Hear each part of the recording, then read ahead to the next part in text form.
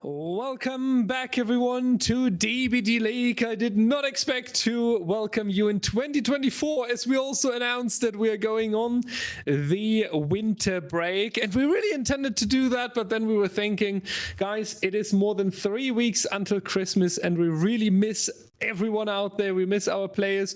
We miss our wonderful audience. So let's do one last and final stream for the year. And we were coming up with a few ideas, but we agreed on an experimental show match at the end. We will explain that in a second, but more importantly, let me introduce the fellow caster for today. She's not unknown. She is pretty famous in DBDL by now, has been here a lot of times, brings a lot of expertise. Ray, welcome in. Hello. Thank you for that marvelous introduction. Yeah, I'm here to cast. I wasn't here for the grand finals, unfortunately, but I'm really excited to come back and cast this weirdly interesting best of 5. And also, just a side note, I don't know if Dyer said this, but we are streaming without a delay. So like you guys can talk and chat and we can see that. We can see it whenever your first time message is, oh my God, camping tunneling. So this is kind of a more casual hangout kind of stream. So it's going to be kind of fun. I'm used to it. I don't know if Dyer is used to it, but it should be interesting nonetheless. Is going to be really interesting. Not only the format that we have here for the game, but as you mentioned, no delay. So if you have any questions regarding DBDL 2025, any projects, then we are here to help out. Let's talk about the rules real quick for this show match. You might have noticed a ping as we were looking for one of the teams, and Meadow actually messaged us really quickly and also with a very detailed explanation who they are. So I have a little bit of knowledge, even though I've never witnessed them on a stage in another organization.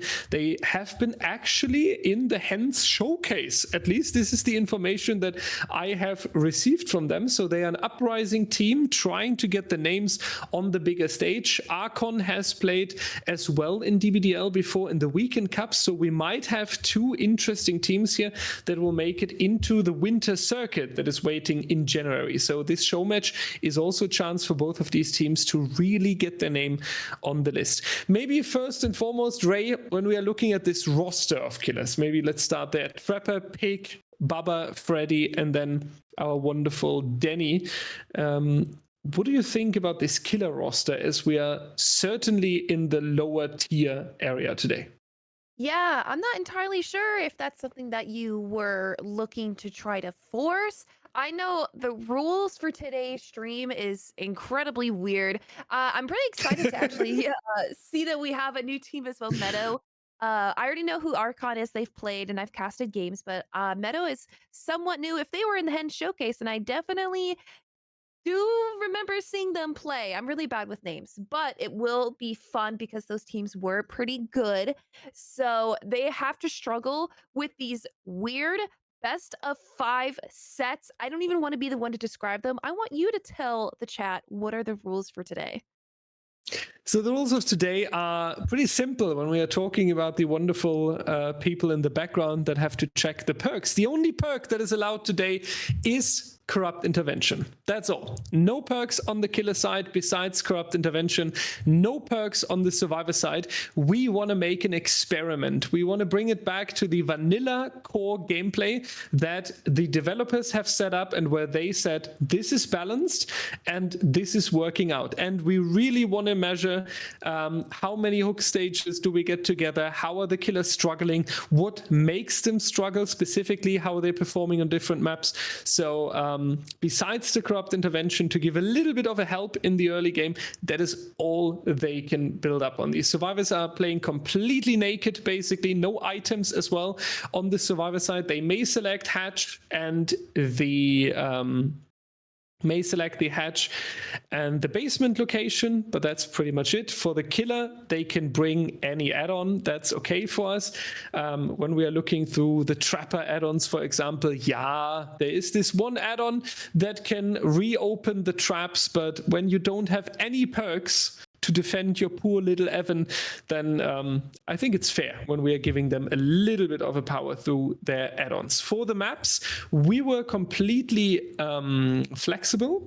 So the teams were deciding on the maps, and they came up with Trapper on Suffocation Pit, Pig on Midwich, Bubba on the Alive Cat Saloon, Freddy is played on Wretch, and Ghost Face is on the one and only home map Larry. So I would also say the teams selected pretty reasonable comp maps here.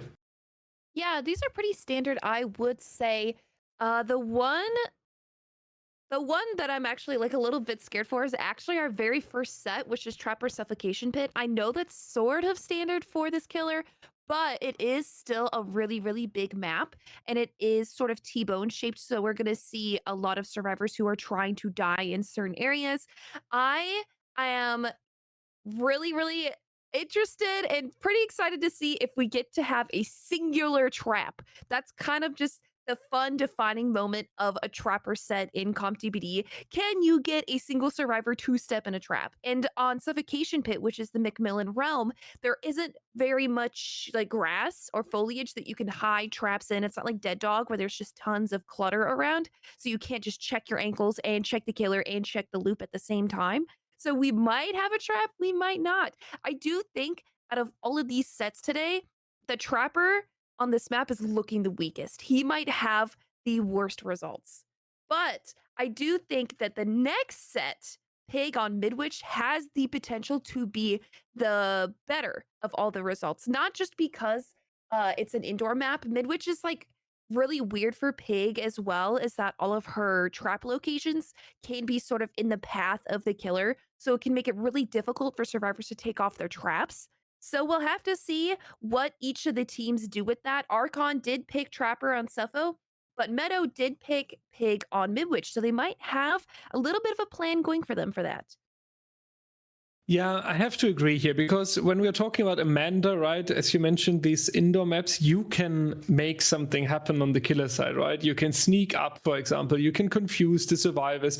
You can make smart choices when you're using your traps. If you're spending some time hunting someone with a trap to chase them away from a box, for example.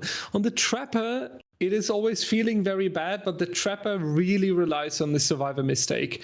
So in order to have him at least shine a little bit, we would need to have kind of a horrible early game of one of the survivors, maybe even stepping unexpectedly in a trap, and then really lock down one side of the suffocation pit. This choke point in the middle is kind of the key to success. Once the survivors broke your suffocation pit in half, for example, 2 generators on main building and 2 generators next to the shack location, there's almost no chance anymore.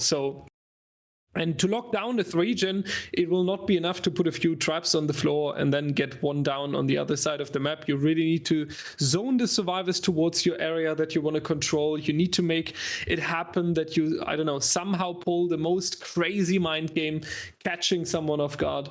And this would be the keys to success here. Baba can handle a little bit. Freddy will be interesting what we are seeing today. If it will be the pallet Freddy or if we are going to see classic Freddy with the snares, will be interesting to see what the teams have cooked up there. And then Ghost Face, I think also with all the confusion that we have seen during AHL, that you can really throw the teams over. I think with Danny Johnson, you have a good chance as well. So Amanda might be the top candidate here, Trapper the weakest. Let's talk real quick. Freddy and Bubba, Ray, what do you think? Who's coming out stronger?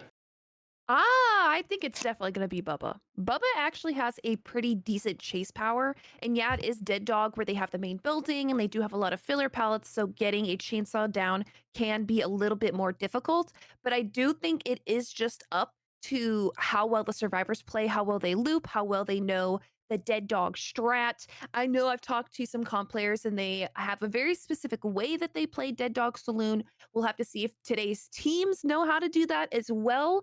They are sort of newer teams. Meadow is playing on the DBDLeague stage for the very first time. We know that they have some experience in the Hen Showcase, though, so we'll have to see how far that experience will take them. We are loading in on Trapper Suffocation Pit. Archon will be playing Killer first. I think I saw Pizza, Everyday Pizza on Killer. playing for the team. And then we had all those other survivors file on in. They're just gonna have corrupted invention on killer. They can use whatever add-ons, by the way. I don't know if you mentioned that. So we could see Trapper with double iridescent, I believe. Yeah. Yes. Okay, so and speak of there the it devil, goes. yeah, there it is, right there. Double iridescent, bloody coil, and eerie stone makes it so every, I think it's 30 seconds or so, a trap will reset itself. And if a survivor sabotages one of those traps, they become injured. That will be the combo that this killer is deciding to use today. He did spawn on the side of basement, so we could already see him setting up some traps here, using that corrupted invention to buy a little bit of time. The survivors do have to make the cross, so it might be that Pizza is investing in that sort of time to just try to make this looping area a little bit more dangerous. Do you have any predictions, Dyer, for how this first game is going to go? Do you have a favorite team? A favorite team will be different. I mean, Archon was very organized when they played the Weekend Cup. They made it quite far. Meadow, since I have heard from them that they were in the Hens showcase and getting their name ready on the stage, I'm expecting a lot as well. So what I definitely want to predict, and what I'm also expecting, kind of without putting too much pressure out, is that the survivors do not have a down before the first and even the second generator is coming out. But we were talking about how the Trapper needs a horrible early game, and the survivors need a horrible early game, and there it goes already. The add-ons coming into clutch. First survivor going down onto the floor, being hooked right next to the generator that has a good amount of progress. So Evan proving us wrong and showing that he has mystery powers up on the sleeves here. Very great start. Everyday Pizza is probably smiling like a king right now. That's so unlucky. Oh my god. The trap opened by itself, and I don't know if the survivor didn't see it until it opened right in front of them, but they got snagged, and that is exactly what you said, the start that Evan needs. A hook right there early. We have seen comp teams go entire games without giving this killer any sort of like leeway, just maybe like 1 or 2 stages after a chase that lasts the entire game. So for a survivor to step in a trap like that because of the iridescent add-ons, that has to feel so bad for the survivors. And we can see now nobody is in sight. They must be just all the way across the map, banging out generators. They didn't get a single one done, and like you said, that hook happened right on top of the generator with the most progress. So that is just wasted time that they could have used for something else. You can see Pizza actually is just sort of not camping that hard, not forcing any sort of 1-for-1. Is instead just looking for these other survivors. Yeah, and that will be that survivor on hook going into struggle. Already that is 2 stages for Trapper, and that is 2 stages more than what most comp teams get in this sort of time frame. Yeah, very interesting to see that we have this struggle phase coming out on our hooked survivor. This means that the bottom of the suffocation pit needs to be empty very soon. When we are talking about the generators to defend, there need to be 2 or 3 generators as a payment for this strategy. Everyday Pizza, as you mentioned, not camping hardcorely. Really like his approach here. He's locking down his 3-gen on the top side, and he's making sure that he's chasing the survivors off a little bit. But now he has this very wonderful chance. He's standing at the choke point near here. Jasper is coming in, will take the hit, and that's going to be the trade-off at least. But we need to make it out of this area. That's going to be a little bit difficult because the dropped pallet in the midsection has been trapped. So the only chance is going towards this very unsafe tile, the TNL wall, and holding W, but a filler pallet is not going to be in reach. There was the intention of having a little bit of team cooperation, but Lily is now also injured, and that's going to be a pretty risky play that Meadow is picking up here. Ray, our Trapper, is shining unexpectedly like, I don't know, there's no tomorrow for this survivor team. If Lily is going down here, we are going to be in a horrendous situation, but Everyday Pizza realizes that he's maybe stretching his luck a little bit too much when he would go into the snowball here. So he's just taking the hook stage onto the survivor. Jasper is going to be picked up, and we are going to see the down and the elimination right there. So I think Evan is setting up maybe even for a 4K here. He definitely could reach this 4K. They only have 2 generators done, and already Pizza is on the chase of a MEA with an already down right here. And oh my god, another down on a generator that has progress. This is not looking good. This is just the kind of weird snowball that you would not expect, something that you just did not plan for. The survivors are definitely going to have to scramble to get a bit more done. They need to have gen progress. They need to have chases. Chases is the #1 thing, and the killer has a lot of traps set up. That time he took in the very beginning is proving fruitful to his efforts. The other survivor here is actually stealthing to go for the save. I don't know if they're just gonna get it quick as possible. That would be good in this 3v1 scenario. We'll have to see how well they play it out. Like I said, they just need one really good chase. One good chase that lasts a really long time. They have this filler pallet right here. It's a god filler, however, it is zonable. So the trapper might be able to just get this MEA down once again. Doesn't even have to kick the pallet either. He can just place a trap. We do see Claudette hovering. She might be trying to go for a body block hit. Yes, indeed. And the trapper will just be taking that, setting the survivors back into an area where they can loop. There's a trap right there next to the window, so that'll be a little bit difficult to survive there. We can see that survivors are spotting out pallets, however, and this is the sort of time that needs to be bought. Lily is sitting on gens, trying to get as much progress as possible. Jasper here is the prime target. Doesn't vault into that. They might have spotted that the trap was there. Bloody Coil and Iridescent Stone make for such a dastardly combo that it's really difficult to get any sort of... Oh my god! Just a trapper runs right through that pallet. That was so strong and is rewarded with another down. Yeah, like the chases just need to be a little bit longer, but how can you do that when you have 2 airy add-on trapper and he has trapped up all of the main looping points?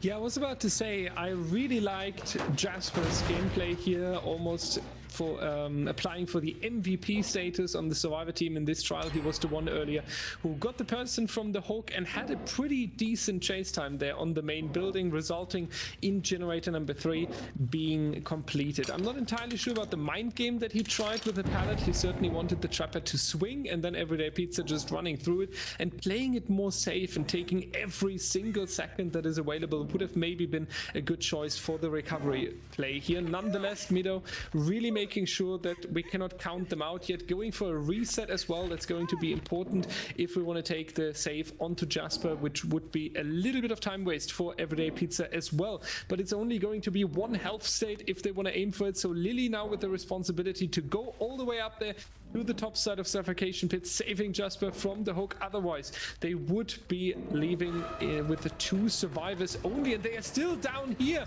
actually aiming for the full reset, meaning that Jasper is now going to be eliminated, and our injured survivor in a difficult mind game here with Everyday Pizza, that's going to be in the success for the trapper. So Lily, final standing survivor, and Evan coming out stronger than we expected, especially in our experiment tonight. How strong this kidder can perform with just the base kit. Just the base kit and a little bit of 2 iridescent add-ons though. Like that trap in the very beginning was sort of the MVP, starting the snowball on the hook trades that had to happen. I would definitely say though, there were some mistakes from the survivors, but definitely...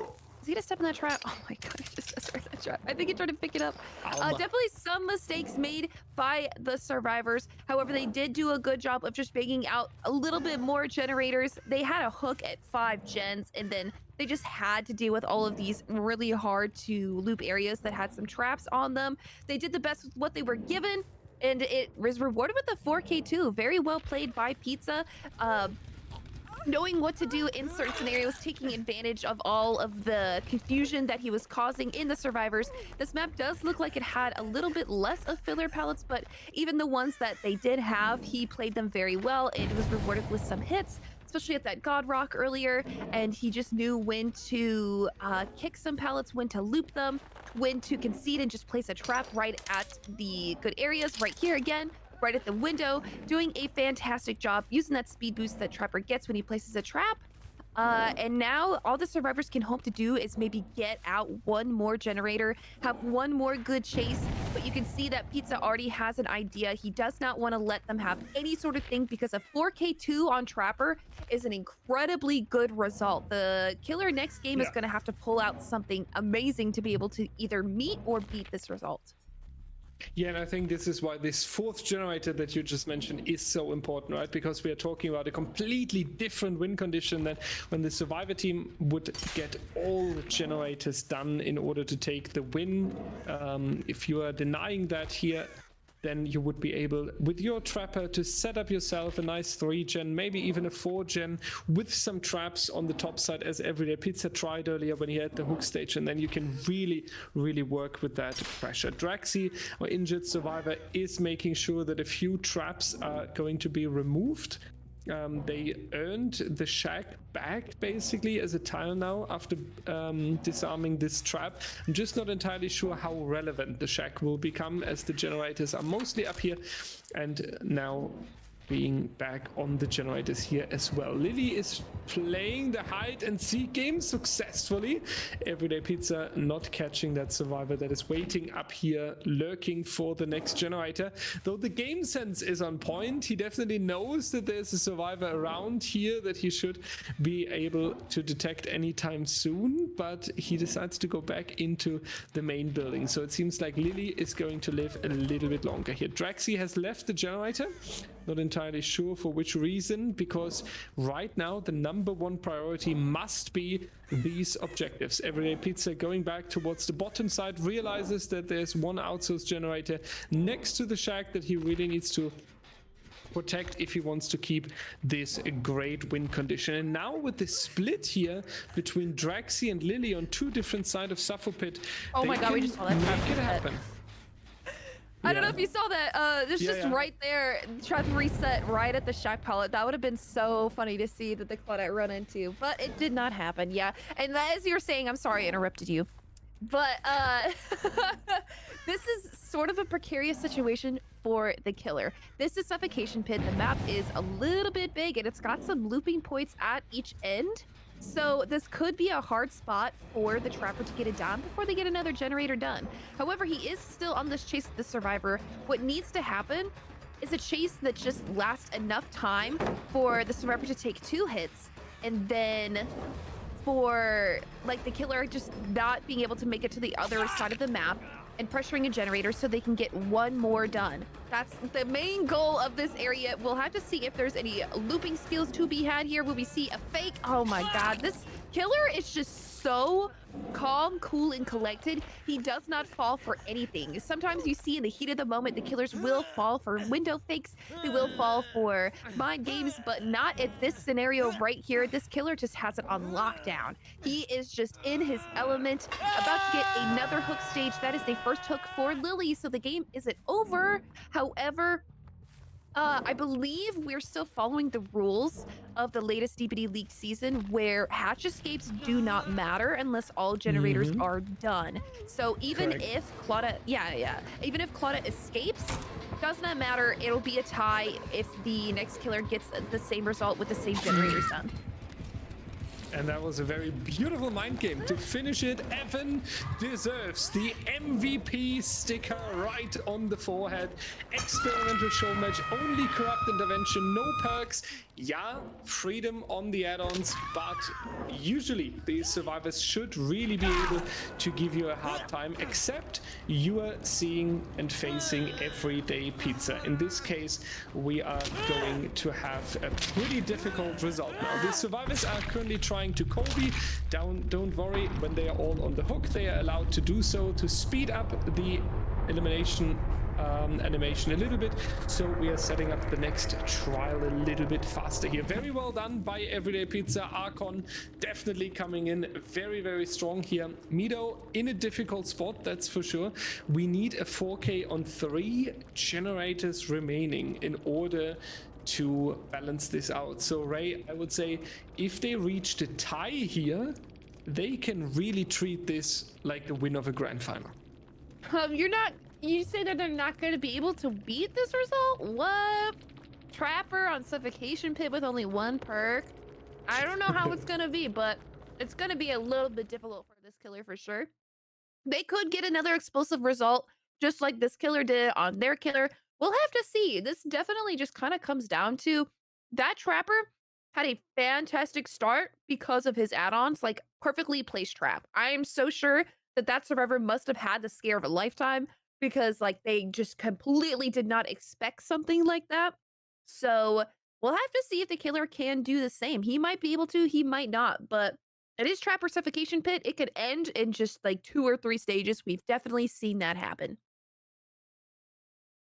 I'm really interested how we are going to approach this on the side of Meadow, especially because you only have the add-ons that you can bring today, really. I'm 100% sure we are going to see iridescent add-ons as well, but maybe a different strategy, maybe... Yeah, I was about to say even more aggressive, but how are you supposed to be more aggressive when the first trap is coming out after 30 seconds here? It's going to be a very interesting upcoming trial. I would say that the early game is going to be the deciding factor. You really need it down within the first 1 or 2 minutes if you want to make sure that this is going to work out. Alternatively, if you are able to catch some survivors, like multiple survivors in traps during the mid game, this could work as well. Real quick, maybe, as we are no delay today because of the show match, and in case you have any questions about the upcoming year, then feel free to drop them. I see one question about the command for the rosters. There are no commands for the rosters in Archon and Meadow, as they are only going to play this one show match, and the roster commands were introduced for the long-time participants that we have here over multiple weeks.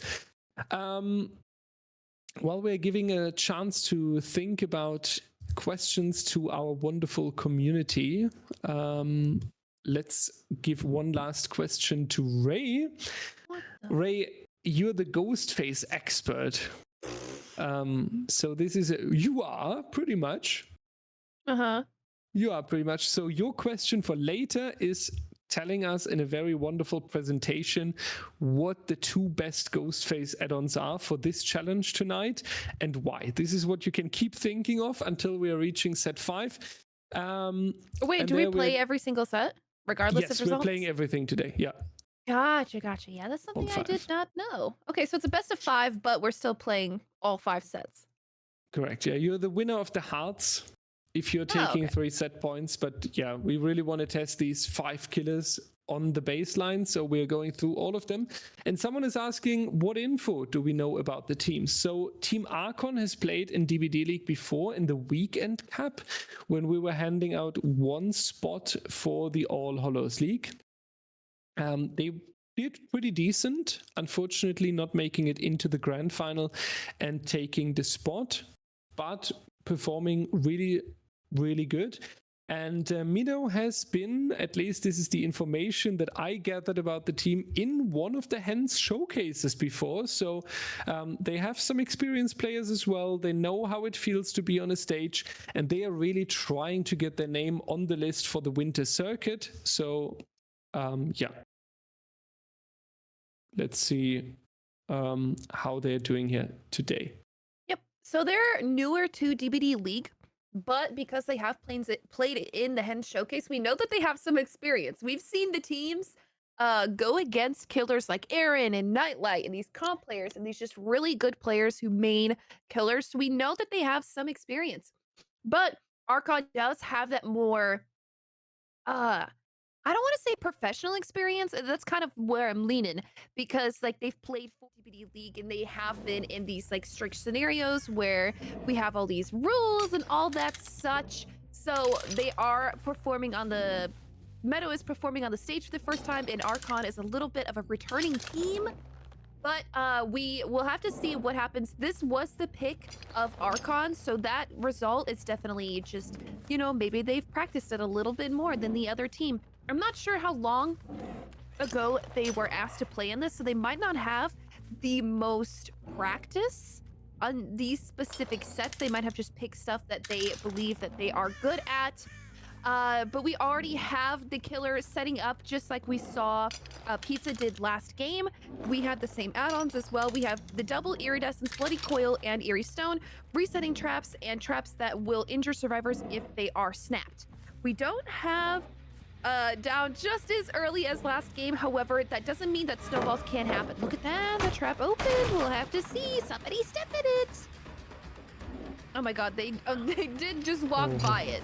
If it would place a little bit to the left, we could have had the exact same start that we saw last game. Yeah, and this is the big good news now, right? A little bit to the left here, a little bit unlucky for our team Meadow, that's for sure. You need a little bit of luck if you want to make the recovery here.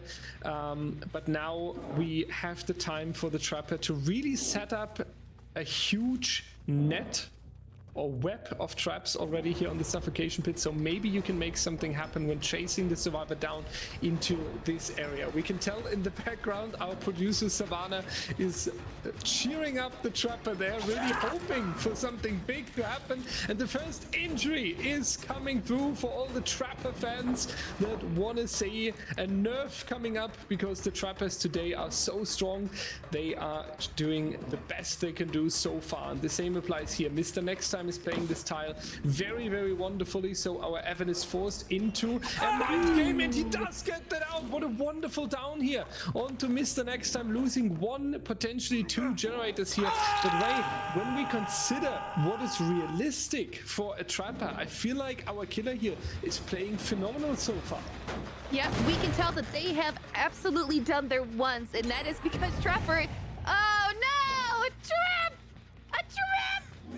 I don't even know if that one was snapped or if that one just, like, he happened to walk right into. Oh, and this is such a bad scenario because look at that. That's basement. That is practically the guarantee of somebody being sacrificed to the entity for the next game. And right here, we do see that there are two survivors. They're doing a really good job, actually, because Trapper is just an M1 killer. He has to participate in this sort of like seesaw effort by the survivors, right? He gets closer to one, that one runs away, and then the other one tries to go for the pickup on the other survivor. It's just kind of like a back and forth, and the killer is just kind of put into this scenario where he can't chase both people. He needs to pressure the hook and pressure the down on the survivor, but he was not able to keep that survivor on the ground. We knew that was going to happen for sure, and he's actually straying far away from hook as well, meaning that that survivor can be saved for free if they are right there next to hook. We don't know. Oh, it seems like no, the Dwight didn't actually want to come in. So that survivor goes to struggle. That is 2 stages. Yeah, they did have an extra down right there, and that could have been rewarded with the hook. But the Trapper has decided instead to stick with the one person who is up on hook. And because of our rules today, there is no second chance perks. So once that person is saved off the hook, they're safe for 10 seconds, but that is it. They need to loop for their lives, because if they are downed in that time, that will mean that they are out of the game, and it will be a 3v1 pretty early on. Yeah, so we need to have a good run now from Fats here. He needs to make sure that some time is wasted, but unfortunately it's going to be the injury pretty straight onto the pallet here. 50% on the third generator. That would be the tie, considering that we had a 4K on 2 gens remaining in the previous trial. A little bit of support is coming in here on the Shack side. They are expecting Ace to be the next target, but Mr. Next Time is going to be in the trap. How sad for the team Trapper, making sure that Mr. Next Time is going down. You could see that the hype came through. He wanted to make sure that he's going into the snowball, and then potentially the survivor team in the VC yelling, keep it slow, don't risk too much, just take the hook stage that you're getting here and get the survivor out of the game as quick as possible. Guaranteed tied here for Archon though. Survivor team doing good on the generators. One more and we will talk about the win. Yet Ray, I think we can agree that winning a Trapper set by 1 generator is not feeling the most satisfying. You better get some stages out of the door here. Yeah, especially because the survivors have taken the time here. They have reset, and the killer has no idea where they are. So they're back at square one. There is just 3 stages on 1 survivor. Nobody else has been hooked, not even 1 time. So this is the 3v1, but it's 3v1 on Suffocation Pit. And we already saw last game how a 2v1 can be played where it can result in a generator getting done. It did not result in that last game, unfortunately, but if the survivors play it safe enough, they play their chases well enough, that is enough time for them to be able to get another generator done. So we'll have to see if they can do that in the 3v1. But right there, that already is rewarding a hit because Trapper is so insane. He trapped that window earlier. It did not break up the wall, so MEA had no choice but to take that hit and just run further into this side of the map. We can already see that MEA has a plan. She has decided that she is staying on this side because the survivors are working on generators on the other side. Oh no! I don't know how to say their name. Lenixi? I don't know. But did not look where they were going. That will be them getting downed. We could already see the wheels turning in the Trapper's head. He's thinking, man, if I have to hook this person, that might just be too much time invested and they're gonna get a generator done. And you could already see the survivors are playing this very, very smart. You would think, oh man, they just need one generator more to take this set, so they could just double up on one generator to quickly get it done. But instead, they have chosen to split the progress. So if the Trapper were to just leave that and pressure somebody off the generator, there's still a generator out there that has more progress. And we can already see the Trapper is practically in a lose-lose situation here because the survivors have enough progress on 2 different gens. Even taking 2 hits if the killer or Dwight is standing still will still result in a generator getting done. So we can already kind of see that this game is over. The survivors have definitely played very well. Even then, Fats doesn't actually pop the generator. He instead picks up the other survivor that's slugged on the ground. I don't know if we'll see the generator popping in any second now. Oh, they didn't even stick to it. That's the point condition. They must have been so confident that they were going to get that they decided that they didn't care. That they're just like, all right, we're just going to go pick up. We're going to try to get the best result possible today, not just the winning result. And that's really respectable. I like that. I have to agree as well. Now making sure that they are taking the win, if you want to call it like this, in this show match in set number 1. So the first set point is going to Archon, but ladies and gentlemen, let's keep in mind we're facing Evan McMillan here, so we would really love to see some survivors walking out of the door here. So let's see if Archon is able to deliver that. Trapper knows that both of these survivors are on the top side. If you're making the calculation with the time, that must have been a doubled up generator. We're finding Nia here. Mind game worked earlier around the main building. Maybe it's going to work once again here, trying to make the distance the most. Risky vault there on the window as it could be trapped.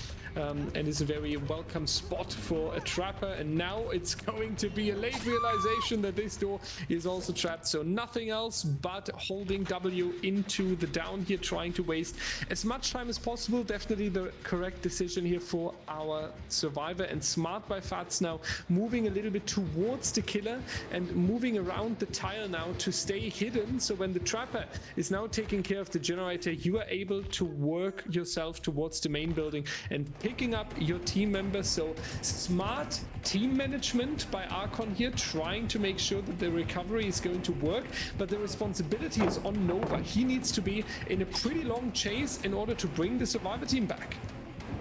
Yeah, and he is at a God Rock. Ooh, we can already see the quick reaction time of the Dwight. Trapper actually just succeeds this pallet, and he's deciding to kick it and chase Nova into the middle area of the suffocation pit. This area is a little bit harder to loop because there is just a lot of chaining structures. We'll have to see if the Trapper can. Oh my God, goes for a swing there. It was actually a medium vault too, so that's really interesting. We can see, yeah, this Dwight has definitely done his once. Will we be seeing a swing here? Oh yeah, a swing and a down. Very well played by both sides. You can already see killers on this map are pretty hard to play because there can be some dastardly spawning structures that'll be really hard for the killer to loop against. But of course, 1v1s are different from a regular 4v1. With the 4v1, you want to die in sort of a really far away area of the map to keep the hooks away from the generators, to keep your killer friend that's chasing you away from your teammates that are working on gens just in case he changes targets. So of course, like, this is not going to play out exactly like a 1v1, but it still is good to get that sort of practice in because that does help you in little areas of chase just like that. And the Dwight is back down on the ground. You know, we haven't really seen any other hook stages either, though. We haven't seen anybody actually get placed up on the hook. The killer is just continuously slugging people over and over again. Maybe we will see a hook stage here happening very, very soon, or no, he's just choosing to slug. It's a very interesting sort of strat to see as well because M1 killers aren't that strong with slugging, but it does seem to be working. He is pressuring the map back and forth, but the survivors are still getting generator progress for this, and it might just result in them getting the gens done. But if the Trapper plays it right, he might be able to just get everybody in the end. Right here, he is chasing on the one person who is healthy, who is trying to go for the cross. The Dwight has no choice but to just sit on that generator because he can't make the cross himself, because that's where the Trapper is and he is injured. But we might see the pickup happening. The 1v1's coming in right here. Will we see a hit tank happening? Oh, I bet that connection is just so crispy, not getting any sort of ping hit. We'll have to see a hit right there onto Fats, but the pickup still does happen. So that is those two survivors back in the game, and the last generator gets done. Very well done by Archon here. Nova and Fats with two strong chases, bringing it back here. Fats living on the headquarter of behavior with that ping, making sure that the NA-EU difference that we are having today is not going to come in clutch. And now Fats can prove himself once again. Had a good chase in the previous run. Has to dodge the pallet though, as there is a trap. Seeing that a little bit too late, so the window is going to put him down onto the floor, but Nova is getting out of the map here. That means that we actually have Archon leaving the Trapper set not only as the winner, but also with stages out of the door here. And that feels really good because this is, Ray, or was our expected result, right? So at least we were not completely off in our campfire chat. Yeah, I thought this was going to be the worst result, but you know what? Those add-ons, I think, did a lot of work this game. Just the resetting traps themselves are just really, really hard to deal with. Especially, you don't have to put the traps in hidden spots if you have the ones that just reset themselves, right? You can just put them in really high traffic areas that the survivors will have to go through if they want to get any sort of good looping results. We saw a lot of the trappers just put them right in the open next to jungle gyms, next to shack, next to main building that has that window, because it doesn't matter if the survivors snap it, he doesn't have to go reset it himself. They get opened 30 seconds. Every single trap has a chance to be opened at random. So it just makes it that much harder, and we can see the results of that. We saw some traps that just happened. The survivors had no idea, but well played to the killer. He definitely was able to capitalize on that. And you know what? This is still a fantastic result. I don't want to say like it's not as good as the last one, because this result is still really good. The killer only had one perk. He had add-ons, yes, but was able to capitalize on the disorganization of the survivors. We did see them play very well as well. I don't want to discount that. They did make some really good decisions, and they were able to get one survivor out of the exit gate who had no stages. That is just 3 stages out the door. These survivors are perishing. A 3 kill on Suffocation Pit Trapper. Both teams should be proud of the way they played this set. Very well said and very well done, our teams as well. Thank you for this very entertaining Trapper set. We are going to have an even more entertaining one, as she has been a very nice pick by these teams. Amanda is going to join us on the Midwich Elementary School, and Pig obviously has a little bit of this RNG character later on. When you are having the traps, you need to find the box. So this is going to be interesting, right? Because Pig is very often avoided in the comp setting because of this core mechanic that works a little bit with RNG, because obviously when you're trying to plan a tournament, you want to compare your participants based on pure skill and not leaving it to the decision, is it the first, second, third, or by now it's always minimum the second one, but how many boxes you have to search and how successful and lucky you are with that.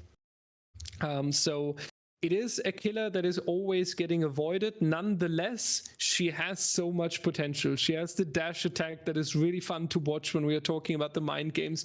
And it is interesting to find out how impactful is this RNG element. Are we talking about a few seconds that you can shake off on the survivor side because she's a weaker chase killer? So it doesn't really matter if it's 15 or 20 seconds wasted, or can these traps actually decide an entire game? This is what we want to find out today. This is why we are having this experimental show match. And it seems to go pretty quick here. Meadow already invited again. Archon is joining, so we only have a few more seconds. Ray, do you think we're going to see a hat being popped here? Okay, so normally I would say no, but I do think that in a scenario where the killer can have whatever add-ons, Pig actually has some pretty decent ones. If you use the add-on that spawns everybody with a trap, and then something like Tamper Timer or Created Gears where it takes a little bit longer to actually get the trap off, it can sort of result in some kind of really hard scenarios for the survivors to get out of. It can kind of pseudo work as a corrupted invention as well. So the fact that the killer has corrupted invention and can bring these add-ons means that maybe we'll see something, maybe not exactly head pops. We might just see like an incredible snowball like we just saw last game.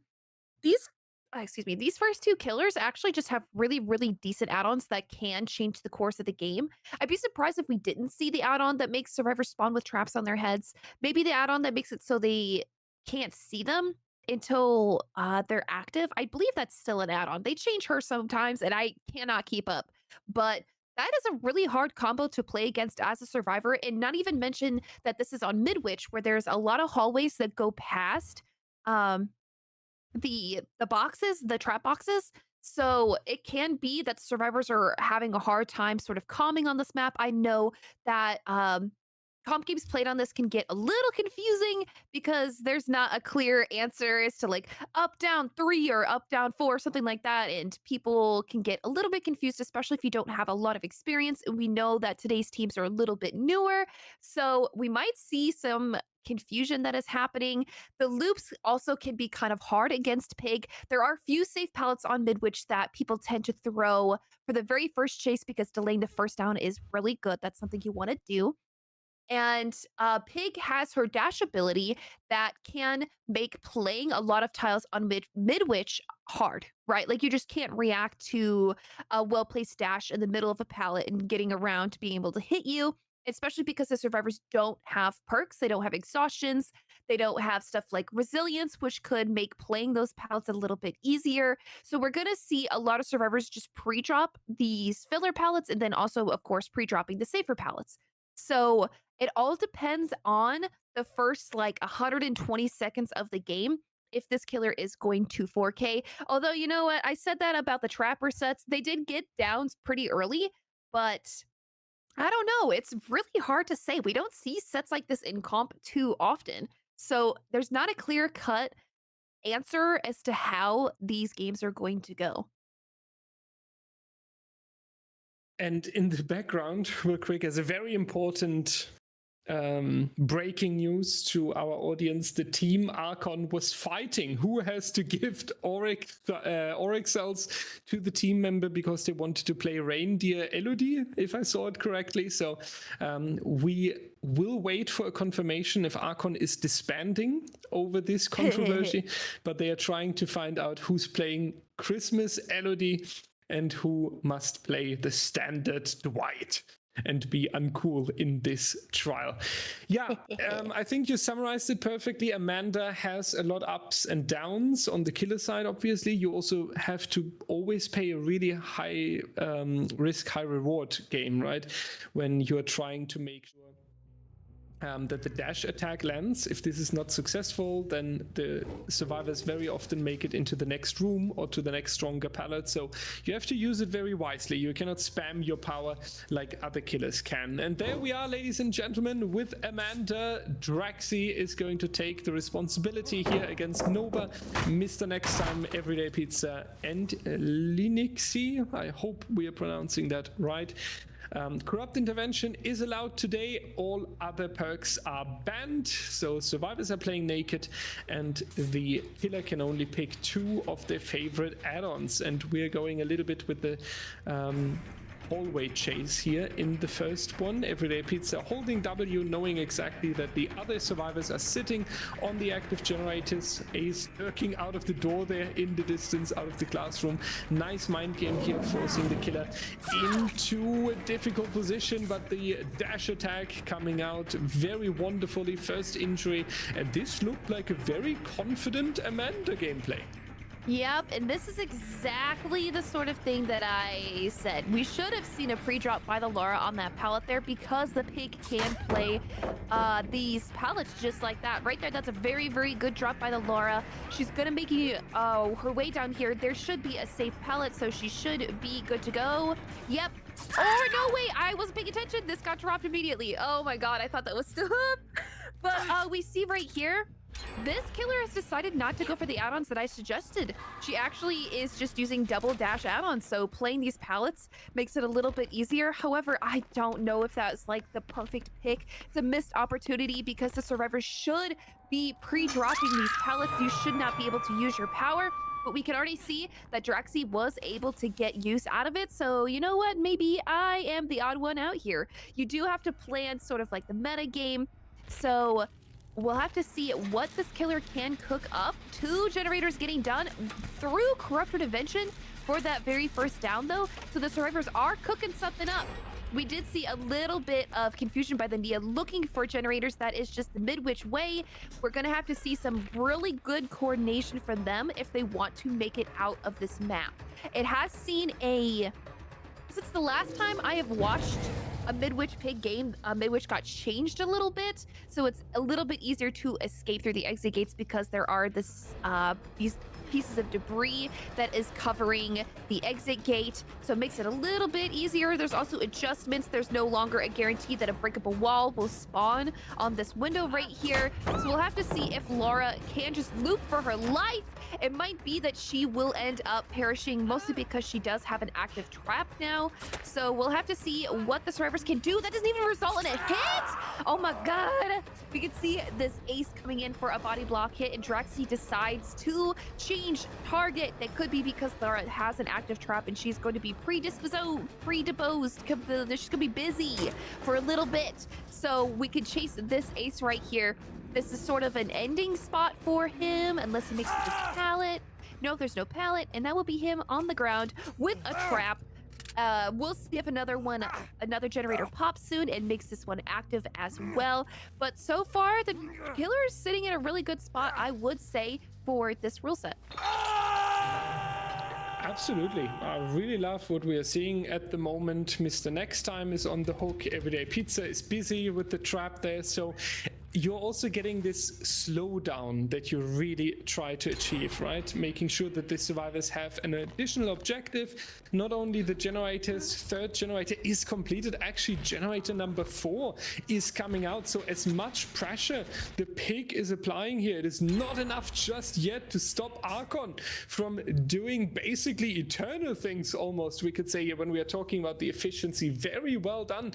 Everyday Pizza got also rid of the trap, so there's no more danger for them. Mr. Next Time is the one that is now going to search all the boxes. We can only pray for Draxi that Mr. Next Time needs to go through all the boxes here in order to make sure that more time is being taken off. Nova is coming in, taking a hit for the team member. So Archon looks very organized here as well, and they come across a lot more sorted also compared to the Trapper set. I feel like they are just on point now. Maybe they warmed up on the suffocation pit and now they are ready for striking here. Mr. Next Time going down on the floor, but that is unfortunately the survivor with the trap, so you don't really spread the pressure at the moment. Nope, that will be another down, another trap. That will be activating if they can get this last generator done. But even then, this survivor is on their 2nd hook, so they might just let him die regardless. Because if you get everybody else out through the gate, that is still a pretty good result. Or at least I believe so. It's really hard to tell like what the average should be, because like we never really see sets like this before, so I can't really give like a wholehearted prediction here. The killer is just kind of sidestepping Laura there. I don't know where they are going. Maybe they were looking for the survivor here stealthing for this generator, but it was MEA and she is already gone. She is the only healthy survivor, so it's a little bit harder to track her. She doesn't make any injured sounds, but that is the only survivor who can actually go for the save right here. She did drop down. Oh, the killer has no idea. Very smart stealthing position from the MEA right there. And this pallet gets dropped too. A little bit of misplay from Draxi puts themselves on the other side of a safe pallet. So that will be the safe hook happening onto the ace right here. He is in a little bit of a bad spot, however, because that 10-second brow timer is up. Except Draxi tries to go for a swing, but it does not connect. Misses a swing, and also has to hit the MEA right afterwards. So that will be a little bit more distance awarded to ace here. He is dead on hook, so this will reward the least amount of hook states if the end chase is this person, but this could end up being just a little bit too long of a chase that'll happen. A little bit of a dash right here, but it is on the other side of the pallet, so the ace does wonderfully throw that right in her face, and that is his trap active, but he is worth the least amount of stages. So Draxi might have the idea of just leaving to try to go for somebody else. There are other survivors out there who would be a lot better. A fresh hook as well does exist out there. So we'll have to see how this end game plays out. It might end up being that they don't get any stages whatsoever because these survivors are healthy, and it does not take very long for the exit gates to be opened. Yeah, it is very concerning what we are seeing here at the moment. Unfortunately, our Amanda is really struggling. Dwight is taking the injury here, but I think he doesn't worry too much. There is going to be enough distance. Mr. Next Time is going to come around here. We are going towards the exit gate, and that's going to be now the final escape of today. Nova, Linksy already out of the door. Mr. Next Time trying very hard to get the trap off and trying to make sure that they are finding shelter, maybe with the hatch. That could be the final straw or the final chance, we could say here. Let's see if that's going to be successful. Moving around in the hallways. He actually, And this so is the far, last the hedge- box possible to open too. Yeah, I think the difficulty for him is now that he's not running into the pig while both of them, the survivor and the killer, are trying to unlucky. find the hatch, and it's not going to happen. Mr. Next Time is going to go onto the floor here. That's not going to be enough whatsoever yet. Well done from Team Archon. A lot of survivors out of the door here. Mr. Next Time sacrificing himself for the team, but that's a very beautiful and very great approach that we've seen here. Archon looking so much stronger than in the previous trial. Yep.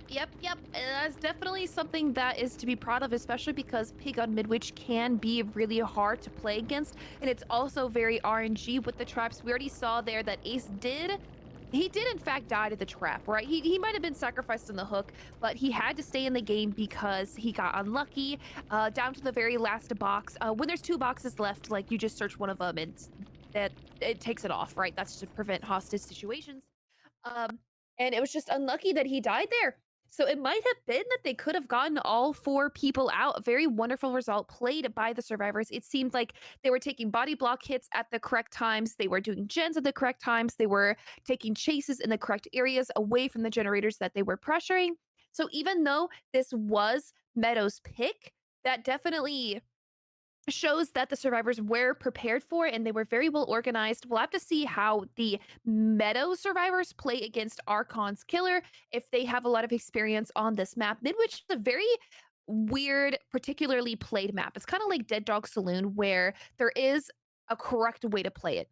There is a wrong way and there's a right way. So we'll see if the survivors do have an idea of how well they are going to play it. Quick reminder, guys, this is a stream that does not have a delay. So we can see your messages in chat. We could respond to them, if you're nice to us. You can be mean to Dyer all you want, though. He can take nice it. to us. I was Yeah, if gonna you're say, nice guys. If you're nice guys, then you will get a response. In each set, both teams play the killer. Yes, that's correct. DBDLeague, also in our tournaments, very often works with the mirror match, basically. So same killer, same map.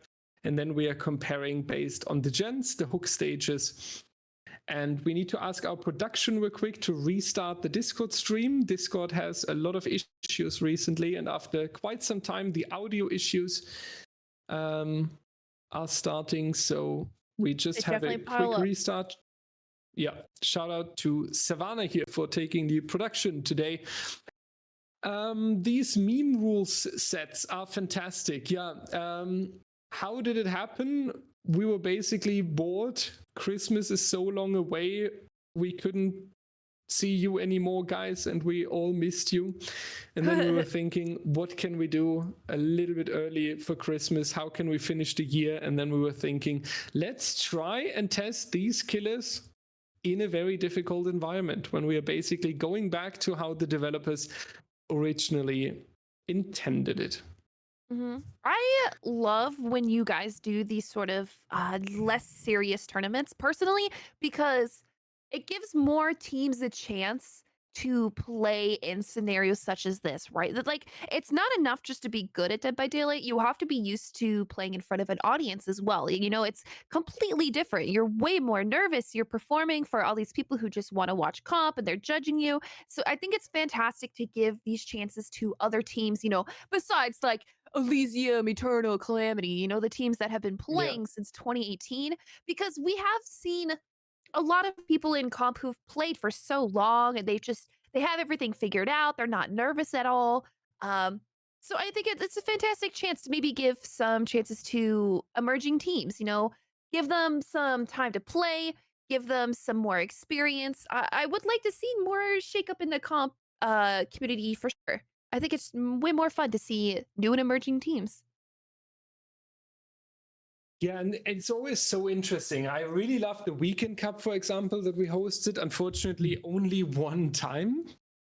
But handing out spots for the main event, All Hollows League, by giving new teams a chance to fight for it was really great, because the players were getting a chance to play on the stage. We are aware that a lot of people want to play in DBDLeague, yet we are always overwhelmed when we open application for our events, because you basically have 10 teams that you must take into the tournament, right? It would be a weird event without Elysium, without Eternal, without Severance and all these teams. So when you are known as the organization that hosts for the top teams and shows the peak gameplay, you basically have 10 to 12 teams that you have to count in, and then we are having 4 slots left most of the time, because tournaments with 32 teams are possible. I hosted a lot of them in the past, like 2 or 3 years ago. But the problem is then you cannot really give the attention to the individual match. Like, you have to get the tournament done with a lot of best of 3 matches, with no double elimination bracket, because otherwise you're dragging it throughout half a year. And it's way more fun to sort the teams and then have a best of 5 or best of 7 and really have these stories of a comeback, of different tactics, maybe teams facing each other again. So this is really nice. Someone asked if I'm going to make a dire cosplay on stream, Santa Claus. We can certainly make a donation goal for Winter Circuit, and then I'm coming here in my Santa outfit. It will be when are we so getting high, dire though. face cam? It's so high, though, that Ray is in need to sell her house. Okay. Before I'm gonna come here for my Santa outfit. Okay, ladies and gentlemen, let's go back. I can see that Savannah wants to cast with Kasi. Then get ready, guys. We're going to see the dangerous commentators very soon here. Let's see when we are what we are going to see from Everyday Pizza here with the Amanda on the Midwich Elementary School, Draxi, Snazfaz, Lily, and QZECA4v1 is going on. I don't know how to say that name either. Everyday Pizza with the first injury, though, Ray. That's very quick and setting themselves off for a good start. Yeah, and like, peek those add-ons, baby! Remember what I said before last match? The add-on where it makes the trap spawn on their heads, and then the add-on where they can't see the boxes unless they are active. That is exactly what the Pig has decided to bring. So we might see some really, really hard early games for these survivors, right? Ooh, see, that's a very reactable pallet. They didn't even go through the pallet either. What? Draxi is such a Chad. Look at that. Didn't even falter, not even in the slightest. That does reward an injury right there, but Snuzzfuzz was able to get their trap off in that time. Corrupted Invention is getting very close to running out, but that's still pretty good because the pig was able to get rid of some resources and is now back in and looking around for more survivors to chase. I don't know if they're going to be working on a generator or trying to get their traps off. If they decide to just look for trap boxes to try to get their traps off their head, then it can be pretty like detrimental to the rest of the game because they don't have progress. Corrupted Invention is about to run out too. That's really funny. Usually we see either a down happen or a generator pop by the time that happens. But nope, the survivors still just might be trying to look for their cages. Drexy gets healed up, but everybody else still has traps on and they are not active, so there's not really any reason to not do that. Ooh, a very nice hit right there. It now is at this pallet. We can see the survivors are doing exactly what I expected them to do as well. They're just pre-dropping these filler pallets. They are not taking the chances to play against the pig whatsoever. Makes it to this filler pallet as well, though. This Claudette is doing a really good job. She knows exactly what she needs to do to get these chases. And look at that. Another trap gets pulled off, and they are, I think that's the first generator starting for Meg. We can see in the UI on the left, only about a quarter of the way done, and that is the only generator, and a down has already happened. That's still quicker than last game, I would say. Yeah, they don't have traps, but I'd say a hook is way better than that. Are you okay, Ray? I think she's very impressed from the gameplay at the moment and disgusted by how efficient the survivor team is. So we hope she's fine and she will come back in a second here. Yeah, I'm fine. Okay, very well done from the survivors also. So I really feel like this Trapper set has really shocked them a little bit. Both of them stepping into traps, a little bit of chaos that came in unexpectedly. So they couldn't really show their full potential because this Amanda set already looks a lot better. The survivor teams are looking way more sorted, way more organized, taking hits for each other, being efficient and not at all chaotic. So it's very beautiful to see that. There's a difficulty now that Dwight might not make it in time, but he does manage even that very confidently, getting Claudette off the hook, trading, gaining a little bit of time for the generators. Overall, very well done. Now we just need a few gens to get this party started. Yep. Oh, look at that! An active trap. 2 active traps, actually. So that's going to be a little bit of a problem for the survivors. I don't expect Dwight to have searched any boxes, maybe just one, because he was the first chase, and then he got injured, and then he got healed up. And then it's kind of just been not enough downtime for him to search a lot of boxes. So that is definitely an active trap. Maybe we will see a head pop. You know, the dream is still alive. Especially because Claudette is also injured and out there and searching for her box, I believe.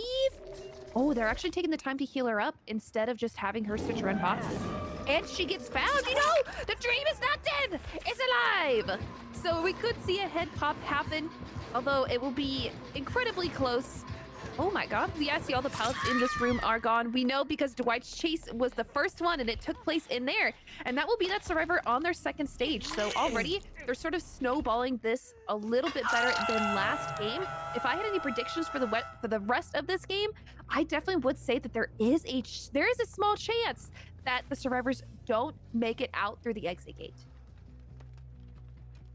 Yeah, and we are hoping for that. We just had Archon showing us a very strong survivor game with stages out of the door, so Meadow hopefully able to do the same here. It does get shaken a little bit though. Draxi is facing some difficulties here together with Snuzzfuzz. Both of them are injured. Claudette has the trap that is now active, so they have a lot to do in terms of resetting, getting the traps off, organizing themselves back towards the generators. So yeah, we can only hope that they are going to be quick and successful with that, but unfortunately it is not going to be the reset, it is going to be the down right here. Everyday Pizza showing us a confident Amanda so far. Only one generator has been lost. lost. The difficulty is the hook stages are kind of spreading across the entire team.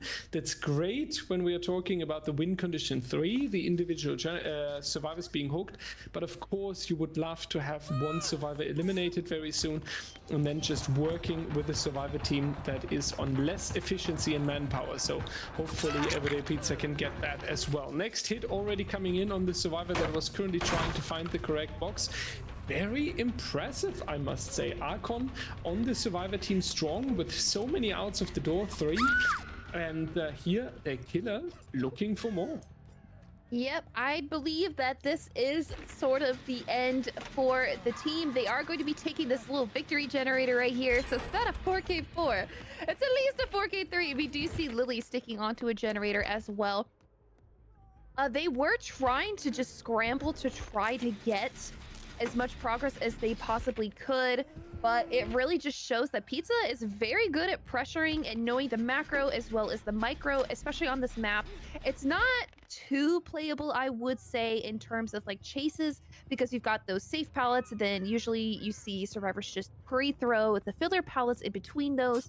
So it's not too much micro as it is just like macro game sense. We can see Snuzzfuzz there going to struggle on the second stage. That's 2 survivors who are tunnel outable. And then right here we see Draxi and the generator pops. We know exactly where the entire team is. We decided to just let that one survivor stay on the ground. They're just slugged. They are, they're right there in the middle of the map. So we know exactly where they are. But it's just going to be Lily, and that is it. We're going to see... Oh, right there, we got another pallet. So the down doesn't happen just yet. But we'll have to see if Lily can either get to Snuzzfuzz to unhook them or get to the slug that was already picked up by the killer.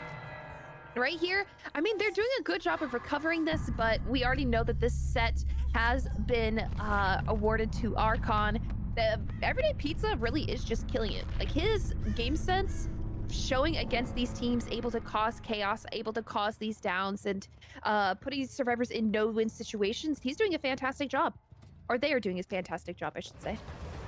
And if my killer would be so strong, even on Amanda, I would buy him Everyday Pizza as a reward for the great performance that we're seeing here on the Midwich Elementary School, moving around this tile. And what a great mind game by Lily here, Everyday Pizza, with a swing, but instantly with the karma and the revenge back. That's going to be the injury right here, and now able to cut her off a little bit, closing the distance, and that should be a down coming out very soon. The other survivors, Draxi and Snuzzfuzz, need to discuss a potential reset. I don't really feel like they have the time for one, because they should really prioritize the generators, as they lost one survivor early here, but they might take a little bit of extra time pulling back and making sure that the gens are prioritized. The answer though is right here. Draxi is on the run. No work on the gen and no reset whatsoever. So we are just going to be in the chase with Amanda now. Is she switching target? The answer is yes, trying to get Lily here. And we don't see the help coming in. Snuzzfuzz was like, you handle that yourself. Let's see, after this pallet is dropped, it is kind of difficult, and there is going to be the mind game. Very well done. Fourth survivor, fourth generator might come out here, as there is a good and significant amount of progress, but we still have the realistic chance for 4K. And now the hide and seek play here with the jump scare. That would be incredible if it works. Oh yeah, just hiding over there, trying to get the other survivor to come back, but they decide not to. I mean, at this situation, it's like, where's the killer? How come they're not picking up? How come they aren't coming after me? It is sort of a little bit obvious, but you know, Pizza, I respect you going for it. There will be at least one generator getting done, yeah, and then this one is looking fairly close. This does just go to show that even if there is a 3v1, if you are a low tier enough killer, there's physically nothing you can do to be in all of these places at once. That generator has so much progress that I wouldn't be surprised if we did see the last one pop. But the real question is, will there be any escapes that happen today? Oh my god, and Draxi dropping down right there can be a little bit detrimental to the team. However, they do find that they have a pallet right here. Are we going to be able to react to that in time? Yeah, unfortunately, that loop is a little bit too big for the pig to be able to dash around unless the survivor is not paying attention. We can see Meg on the UI to the left there. She is just committing to the generator. She's just going to get it done. Yes, she is. Are we going to see outs happen too? That's the real question. And here we are. We're in a seesaw scenario where the Meg is going to pressure the gate, and then the Dwight pressured the hook, and he was able to get that save. We're definitely going to be seeing some escapes. The pig can't be everywhere all at once. At least one of these survivors is making out the exit gate. But which one will it be? Who is going to be out on the chopping block? Draxi is hiding over here, injured. All these survivors are injured too, so it's just one hit until they die. Oh yeah, look at this. Lily caught out in the open. Jumps into a locker so they can't get slugged. But that does seem to be wrapping up this game. Very, very well played. The survivors are showing that even though they had a death at very early gens, they were able to organize and play the 3v1 beautifully. Yeah, very, very well done, especially their will on the survivor side to fight. I felt like this trial had everything from a good start into a fallback, into a potential 4K, and now 2 survivors walking out of the door. So huge respect to Meadow here for pulling back so strong on the survivor side, and of course to Everyday Pizza here coming in with a very strong Amanda and making the set very, very fun. Now everyone's darling is around the corner. The Baba is going to be played on the Dead Dog Saloon. That's going to be, I think, my favorite set for tonight. Dead Dog Saloon is a little bit of a mixed bag, right? On the one hand, you have the main building that can be very rough for the Baba, and you have a lot of windows when we are talking about the houses section. And then on the other hand, we are having the gallows area, the streets, and maybe even the shack area a little bit if there's no filler pallet spawning. That can be really challenging when you are having a chainsaw against you. So this is going to be quite an interesting environment for the Baba. Yeah, Dead Dog is sort of a map that I don't really seen played for Bubba. Usually he's on Wretched Shop, which is an Azerov's map. It's a little bit more RNG than I would say Dead Dog. Dead Dog is like weirdly static in that you can really count on a lot of spaces to be there. There's a lot of pallets that are guaranteed spawned. The main building is, of course, absolutely static, except for the few filler pallets that can spawn outside. The jungle gym like houses that are opposite side of gallows, those are a little bit RNG as well. The placements are different, but the loops are practically the same. And then, of course, water tower. So you can plan to play around this map, even though there is a little bit of RNG. I'm not entirely sure how Bubba fares on this map. In my heart, I want to say he does well, but there are a lot of breakable walls and there are a lot of windows, and he can't actually have bamboozle. So the chances of getting somebody with the chainsaw could be quite low unless they've run out of resources or they're caught out of position. It might be a little bit more difficult. I'm not entirely sure because you could just vault all these windows over and over again. And unless you just like are out of stuff, then you're gonna probably just be taking a couple of M1s. Also, I'm not sure. Did you say that the killer or survivor can decide where the basement spawns? The survivors have the decision where they want to have it. Gotcha. Okay, then we're not gonna have basement spawning in the shack because that is just insane on this map. I was gonna say if Bubba can get a basement hook, that would be fantastic. But basement spawning in main building is so far out of the way that I would just say that if Bubba's try to go for it, they're borderline throwing unless the survivors make mistakes. I don't want to caster curse myself because then, of course, then it would absolutely happen. But we'll have to see. I don't know. This is something that I'm really interested to watch because I don't know exactly how it's going to play out. This is something that's brand new to me. And one moment of appreciation for the Baba in general, that he's back in comp. We had him in All Hollows League. I hope he's back in Winter Circuit. I would host a Baba tournament, Ray. What do you think about that? Baba only tournament. I don't think I'd watch it. I actually don't. I'm real. I don't really care for Bubba in comp because he's usually just kind of a camp camp kind of centered killer. It's kind of like Huntress, right? Like Huntress in pubs. Oh my god, so fun. Like there's a lot of looping opportunities. And it's just really creative chases. But like in comp, like you kind of expect the survivors to not die immediately. So it's kind of like, well, they kind of just struggle with chases and they end up camping because that's what they're really good at. So I don't think I'd watch it. I'm sorry. I'm sorry, man. I'm sorry. That's fair. That's fair. You have to cast it then. Okay, okay. Only me too. Like no other co-caster. I'll just do it myself. Solo, yeah. Let's go, ladies and gentlemen. Dead Dog Saloon for the Leatherface Everyday Pizza once again. Already can tell this guy plays a lot of killers across the roster. Confident with a lot of variety here. And he's already getting rid of some breakable walls to make the loops a little bit weaker for the survivor team and getting himself into a little bit of an easier position. Claudette here behind this pallet, but then just with the enough distance and the window in reach, so the chainsaw is not going to be able to land. But that only applies if you're not forcing yourself into the 50-50 mind game, and that was not needed there. If Claudette would have vaulted the window and then run the TNL, she would have been able to outlast the chainsaw. Unfortunately, she decided to take the risky step into the 50-50 mind game, and that caused the first down here. Very unfortunate.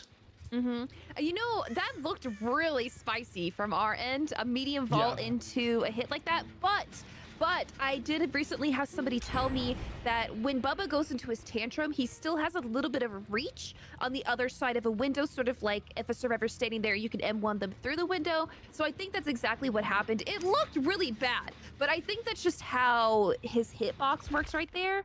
So that's just like the unfortunate showcase of something like that just happening. It looks really weird for us, but I do believe that that is just exactly what happened. I would be so surprised if it was just this killer had incredibly high ping at that one moment right there, because he has had a really good ping so far. Survivors have been able to play him in chases as well.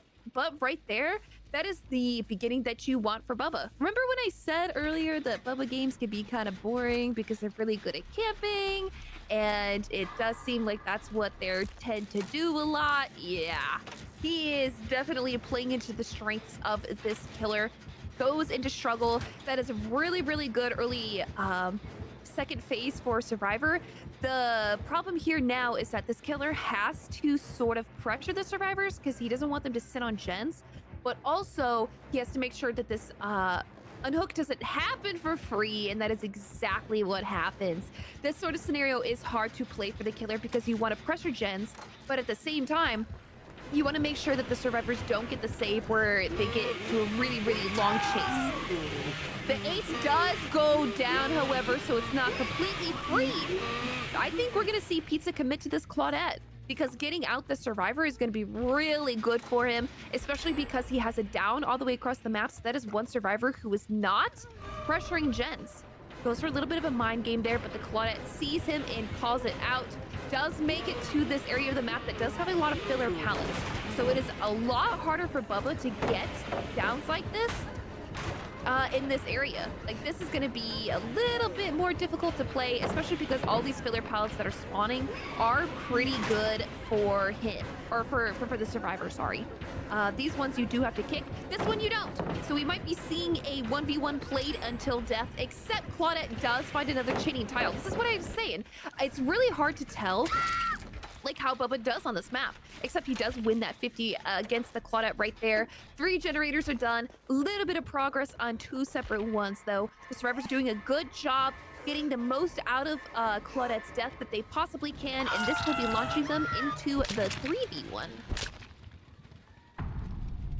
And that's the unfortunate turn that every Survivor team has to face throughout a trial. Losing a team member causes you to be very inefficient on the generators. Now imagine one person is in the chase right now, one person is rescuing another, and that's all keeping them so busy that sometimes the generator efficiency can drop down to 0. Something that Everyday Pizza is really looking forward to, forcing the vault from the MEA and then expecting that she would panic and go into the double vault here. But Jasper has shown us earlier in the Trapper set some wonderful chases at the main building, so a lot of confidence there behind the monitor, and that is something that we can really see here as well. Everyday Pizza with a new run, and this time it's going to be enough, being extra careful there around the shack as well. Very nice down. Next survivor almost instantly back onto the hook here after eliminating one survivor. So the survivors do not get a moment of silence. They constantly need to be on edge, and they constantly need to figure out how to go with the counterplay here, but at least getting generator number 4 out of the way. And the good news is for Team Meadow here that the generators are somewhat in a doable setup, if I'm not... Yeah, there's a straight line, we could say, from the water tower all the way into the gallows area. And even though the gallows area is not the best one, especially when we are talking about someone with a chainsaw, at least it costs a lot of time for the killer to walk all the way over there. So there is a chance with a good coordination and a good split that the final generator will be done, but there you cannot take too much of a risk here. It was too greedy. Yeah, a little bit too greedy right there, especially on the water tower, because we have seen that pallet get a lot of use in a lot of games. It definitely could have been a little bit, it could have been played a little bit better. Oh my god, the save would happen really early? Yeah, no, even showing yourself this early is really, really bad scenario to be in. I'm sure that they were just trying to pressure this unhook as much as they possibly could, because Lily might be working on a generator all the way across the map. Oh, okay. Do they know the timing? Do they know the timing? They don't know the timing, no! And that will be that survivor on the ground. Will Lily be able to get the generator done, turning this 4K 1 into a possibly 4K 0? Will Bubba be able to walk his butt all the way over there and stop the survivor from completing the generator? Hit your great skill checks.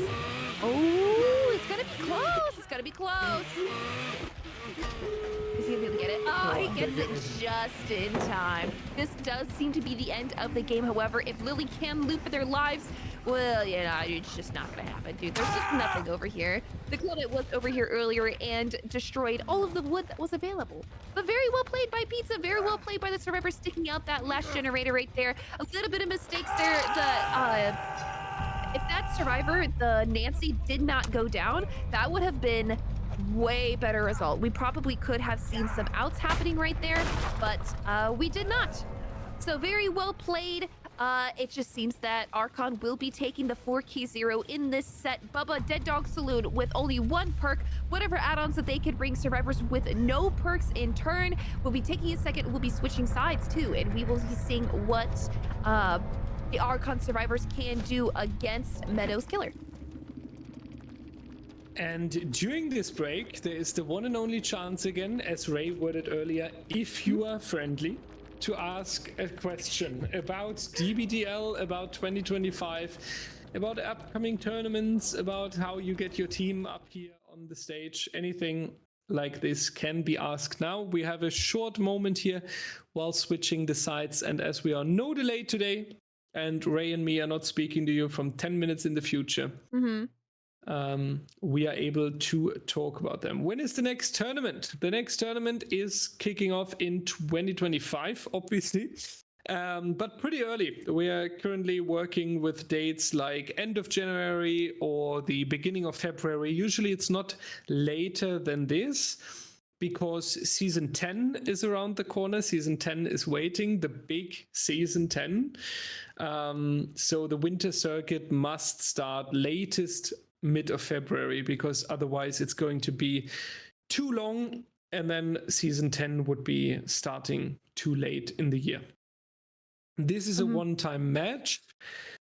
Hope Baba got a splinter. That is mean. Good. You know what? I love Bubba's. I love Bubba's. Don't get me wrong. But they have done us dirty in the past. Like, if you talk to any veteran player in Dead by Daylight, they either love or they hate Bubba. I love Bubba personally because I love his I even loved him back in the days where he could just face camp you with his chainsaw ready because those kind of Bubbas were so fun.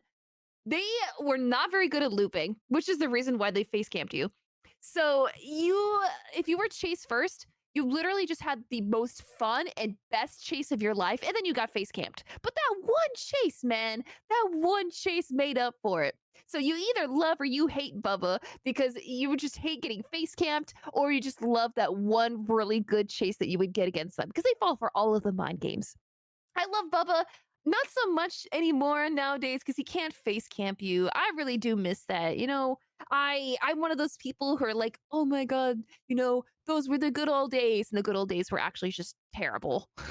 I do appreciate the way that Dead by Daylight is now that you can't face camp and you can't hit somebody, 2 seconds off the hook. But man, I miss old Dead by Daylight. It was so goofy, so not serious. That's very true, yeah.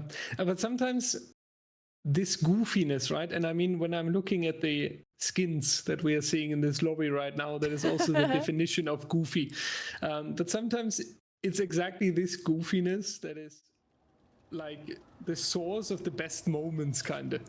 And something that you always remember so easily. I remember when people, Savannah even switching so we can see these goofy outfits. Enjoy this, everyone. They were going to the absolute corner of the wardrobes here for this. And yeah, it seems like Ray has some sort of trauma from the leather faces that she faces in the public matches. Maybe this upcoming trial can convince her that Bubbas are just very poor individuals that are looking for some hugs. Oh yeah, for sure. You see his little trot when he runs. It's adorable. I love Bubba's now, but man, I know the community has they have like a scourge on them from old times, from the old face camping times. Like I said, you either love Bubba or you hate him. I love him, but not so much in comp. He's just sometimes it's kind of painful to watch. Because he tries to get his chainsaw, and then, oh my god, here's a filler pallet. And tries to get his chainsaw, oh my god, there's a window. Sorry, that was my dog in the background. But yeah, it can be kind of hard to watch sometimes. I don't know. And here we are already. So, a live pet saloon, ladies and gentlemen. The leather face is here. So far, we did not have anything regarding to ultra camping or so. As you mentioned, difficult to watch sometimes and keeping the entertainment a little bit restricted. But here I feel like our survivor teams are efficient enough that the killer doesn't even have a chance to really guard the area with a hook or really camp a survivor that is about to reach the struggle phase. So it is going to be all about how quick can you get the downs and how good can you chain them together. A little bit optimistic here on the first swing on Everyday Pizza. Reaches the window in time. Double vault coming out to confuse the killer. So far very well done, and again trying to force the first injury, but this is not working out. Everyday Pizza very confident here, now realizing as well that there was the double back coming in. You can really tell that this guy plays a lot of killer because that looks like one hell of experience. Yep. I can see right there the way that he played that down filler pallet as well, staying away from the fence because you can M1 swing through it. I'm not sure if the killer knew about it, but the survivor definitely did. Everyday Pizza doing a fantastic job getting this looping in. This is what I mean about Bubba's not being able to use their chainsaw, right? There are so many filler pallets on Dead Dog Saloon, so many windows, that it's just really hard to see him actually get a chainsaw. Pizza was able to get that last game. He played that very well. But these survivors are definitely giving this killer a run for his money because they're doing a really good job of making it all the way to the static fillers right here. We're gonna see you. Oh, see, look at this little mind game right here from Nova. Oh, activates. No, he just does not. Look at that. Incredible patience from the Dwight here, not vaulting or not leaving that pallet because he thought that the Bubba was going to break the pallet with his chainsaw. Very well played. Do we see him make it to this filler pallet? We do. Look at this. They're doing a really good job of playing these fillers. You can definitely tell that the survivors have some experience on this map. Like I said, there aren't any static, like these buildings here aren't static spawned, but their loops are the same. So they played that very, very well. The killer right there as well, playing it good. But the survivors are getting a lot of progress for that chase. Very, very good. We saw Pizza take a tag, and even then, Nova was the one who went down.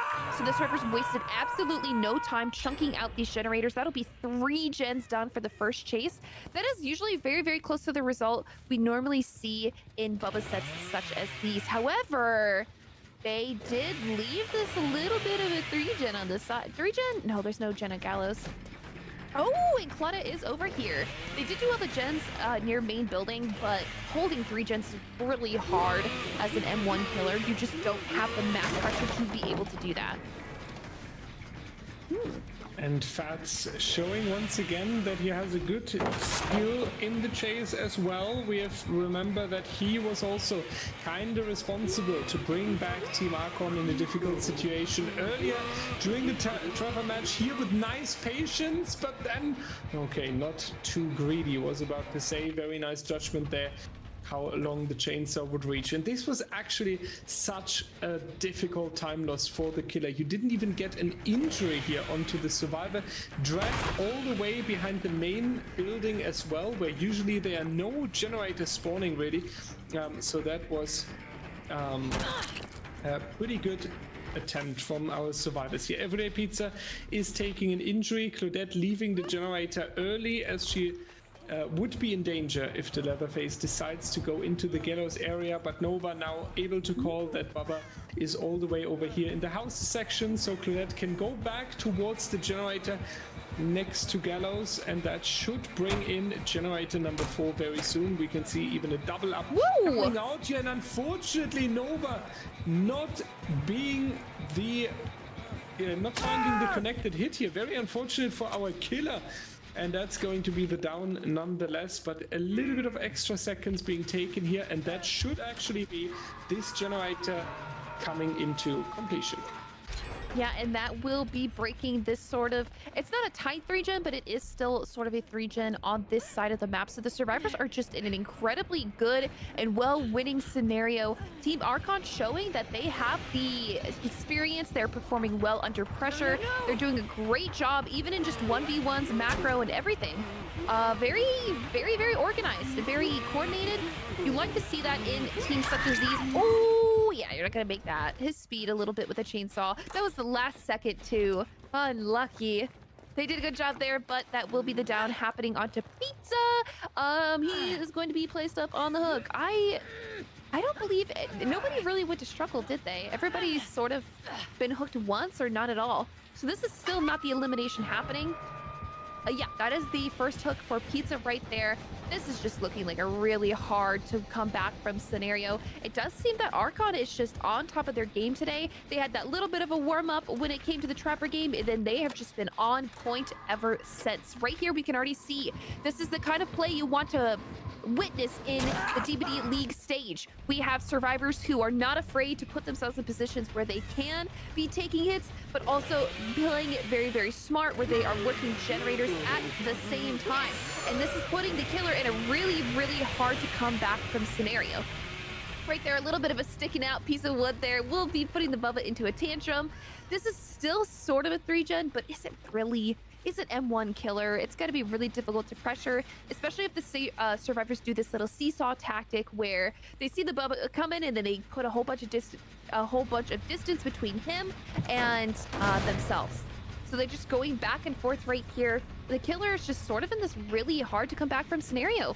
And it really is just seeming like they're going to get all the generators out, and all they have to do to take this set is get one survivor out through the exit gate, or actually out through the hatch, but we're not really there yet. So I think we might be seeing some outs happening. Yeah, in case there's no catastrophe happening now, Archon should be able to just play it out. They are even faster with the final generator than expected. There it is, already entering the end game. We don't have any perks besides corrupt, so there's nothing crazy like a no way out stopping them a little bit, and that's going to be Nova staying in the trial. But if the other survivors have organized themselves on the other exit gates, they should be ready to leave the trial. A few scratch marks here indicate that they have a good head start. Everyday Pizza around the main building, and oh, actually the survivors just now starting to touch the door as we have seen in the distance, so a little bit of extra time for our killer. Not sure if it is going to be exactly enough to make it all the way over there, and it is certainly unlucky that this survivor was already on the second stage before, so not really earning anything based compared to, for example, having a fresh hook here. But I do think it's realistic that two survivors are facing the elimination here. Yeah, we can see Claudette right here. If this killer can play Bubba flawlessly, we might see just a death happening right here. I do believe you can play that tile using the chainsaw, except it seems like they're just going to go for the M1 hit. That's still very, very good.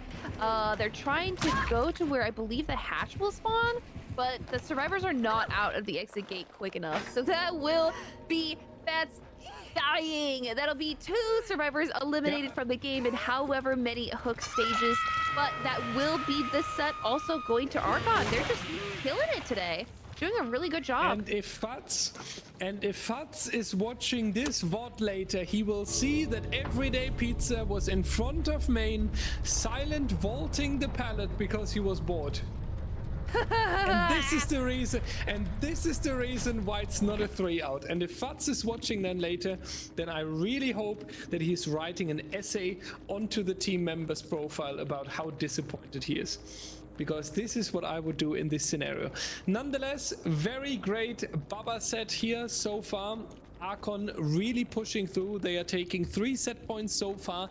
Technically, they are the winner in this best of 5, but we are playing all the sets, so we are having the Nightmare and the Ghost Face for you prepared. We are going on a very short break in order to set up set number 4 and giving us a few moments to drink something. Don't step away too far. They are very quick though and very prepared. Shout out to the team. So see you in a second, everyone. Stay tuned. Yeah, Freddy, one of my very loved killers actually. I remember in 2020 he was actually quite popular. 2021 quite popular in comp. He was enjoyed. People liked him, and then slowly but steady, Freddy got completely thrown out of the tournament. He lost the whole love from the community. You barely see him in a public match. I feel like when you see a Freddy, it is like, it's almost like a world wonder. So yeah, this is something that is definitely very important to mention here, that also I think the players not always have the biggest experience as and against the Freddy, simply because you are not used to scrimming him. Yeah, I'm gonna give a Freddy a little bit of benefit of the doubt, because he's not, I feel like he's just not very strong. He's not very good. He's a very outdated killer. Even with, he has like an either to use the dream pools or the dream pallets. This killer has opted for the pools, which you place little pools of blood on the ground, and when survivors run through them, they become slowed. But if you take the amount of slow that you get from like Freddy's pools, it's actually less than like clowns. Also, that is incredible that doesn't hit.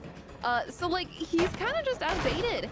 And I know that the devs have said there's a Freddy, so I don't think it's a rework as much as it is just like, I don't know, a pass for like his base kit maybe. I think they said that's in the works, so he's not gonna be like this forever. I feel a little bit bad for Freddy, but definitely just a killer that's not really played that much. You hardly ever see it, like you said. But look at this, he's gonna get it down! Weak killer, no way! They get 1 generator done for that chase. Very, very good. The survivor had to stay on this side of the map. I'm assuming that they're just trying to get like main done and then maybe another one on the other side of the map because of corruption invention. So, you know, Maybe he's in a really good spot. I really can't tell. It's like from this point on, the Freddy doesn't have any perks. This is usually kind of like what we see in DBDLeague scenarios where the killer will bring, a low tier killer will bring Corrupted Invention, and then they'll bring something like maybe a slowdown, and then no one escapes death, and then something else like that. But the rest of this game is just him without perks. He's just gonna have to go for these chases, nothing else to help him. No chase perks, no slowdowns. So the survivors kind of have free reign. Yes, they don't have perks, but usually in these scenarios, they're very limited in what they can bring. They can't bring exhaustions, they can't bring second chance perks. Usually you see things used like windows of opportunity, and it's just because like, why not? There's not many other perks to use. We can already see it right here. Pizza's doing a fantastic job of just looping because Freddy's anti-loop power is not really that strong. Oh, look at that. Very well played, though. He doesn't need his power. He can just use his brains. Let's go. We're going to see a down happen anytime soon, though. See, look, got all these pallets that just sort of chain together. Wretched Shop is kind of known for that. It's an Azerov's map, so it has a lot of cheating stuff. We'll have to watch and see when this chase actually ends. This is one of the newer tiles, actually. Wonderful fake by Pizza right there. Gets the killer to swing and a miss. There's a window over here as well. I actually really like this tile. I think this is one of the better additions that they've had to the game. It's got a lot of check spots, a lot of areas where you kind of just play it. And look at this. Very, very good patience from Pizza. Not even throwing this God Filler pellet right here. Bloodlust 2 is kicking in. Slow votes the pallet. I don't know if that was on purpose or not, but that will be the end of Pizza for now. That bought a lot of time though, and the survivors should be chunking out some generators for that chase. Certainly, yeah. We should see a little bit more, and it looks like it's not only going to be one generator that is prepared there with the 75% mark. There will be 2 generators completed, at least if Freddy is not having any power move very soon that is going to make sure that a lot of survivors are going to face injuries or starting to slug the survivor team wildly. Nova taking the injury here, 3 generators completed, 2 remaining for the survivor team vault into the main building. Difficult tile to work around as a Freddy, so just getting rid of the breakable wall here, which ultimately though costs some time, and that's why generator number 4 is already good to go. That's going to be the down right here, over peaking on the pallet unfortunately, and no pallet save being possible. So good news for the killer, getting a few additional hook stages in here, but I think slowly but steady Freddy has to prepare for the end game, and that's even quicker happening than expected. So very well done to Archon once again. Efficiency on point. They are using every second they are gaining from the mind games and from the good chases of the survivor team straight into the generators, and this happened multiple times today, so they are leaving a pretty good impression.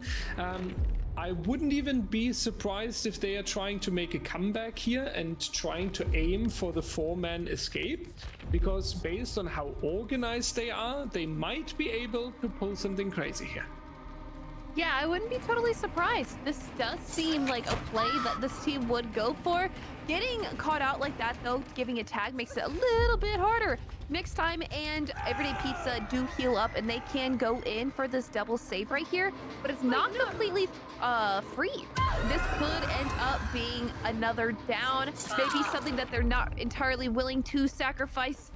Next time is able to get this save, but that will be everybody injured, and nobody can take a body block hit for the exit gate. Oh, look at this body block in the Zarina. Oh, nice, is nice. Will they have enough distance to actually make it out of the gate? That is the real question. We don't know. It seems like there isn't enough distance to be able to do it. The door is open, however, but they do heal up Fats, who can be over here to go for a body block hit, except it was not done in time. This will be Fats going back into the map. However, I do believe that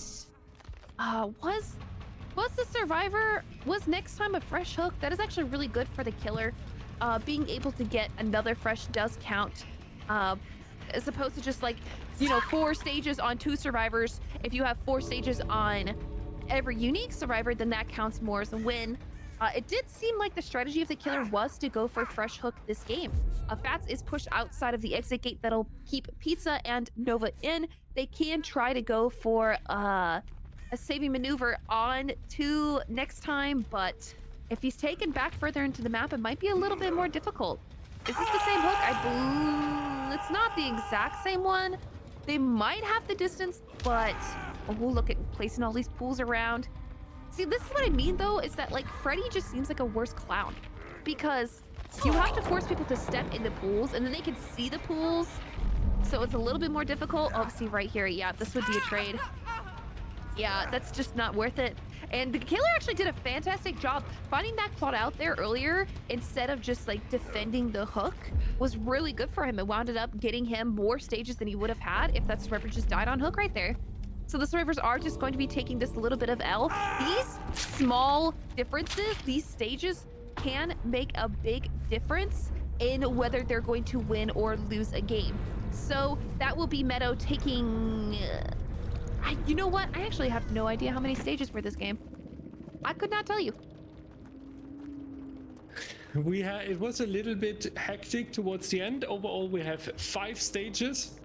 5 on 3 individual survivors. So, I mean, the 3 individual survivors is definitely really strong. I think even 5 stages is a strong result for Freddy. So, I think Meadow has a good reason to be proud of the killer player.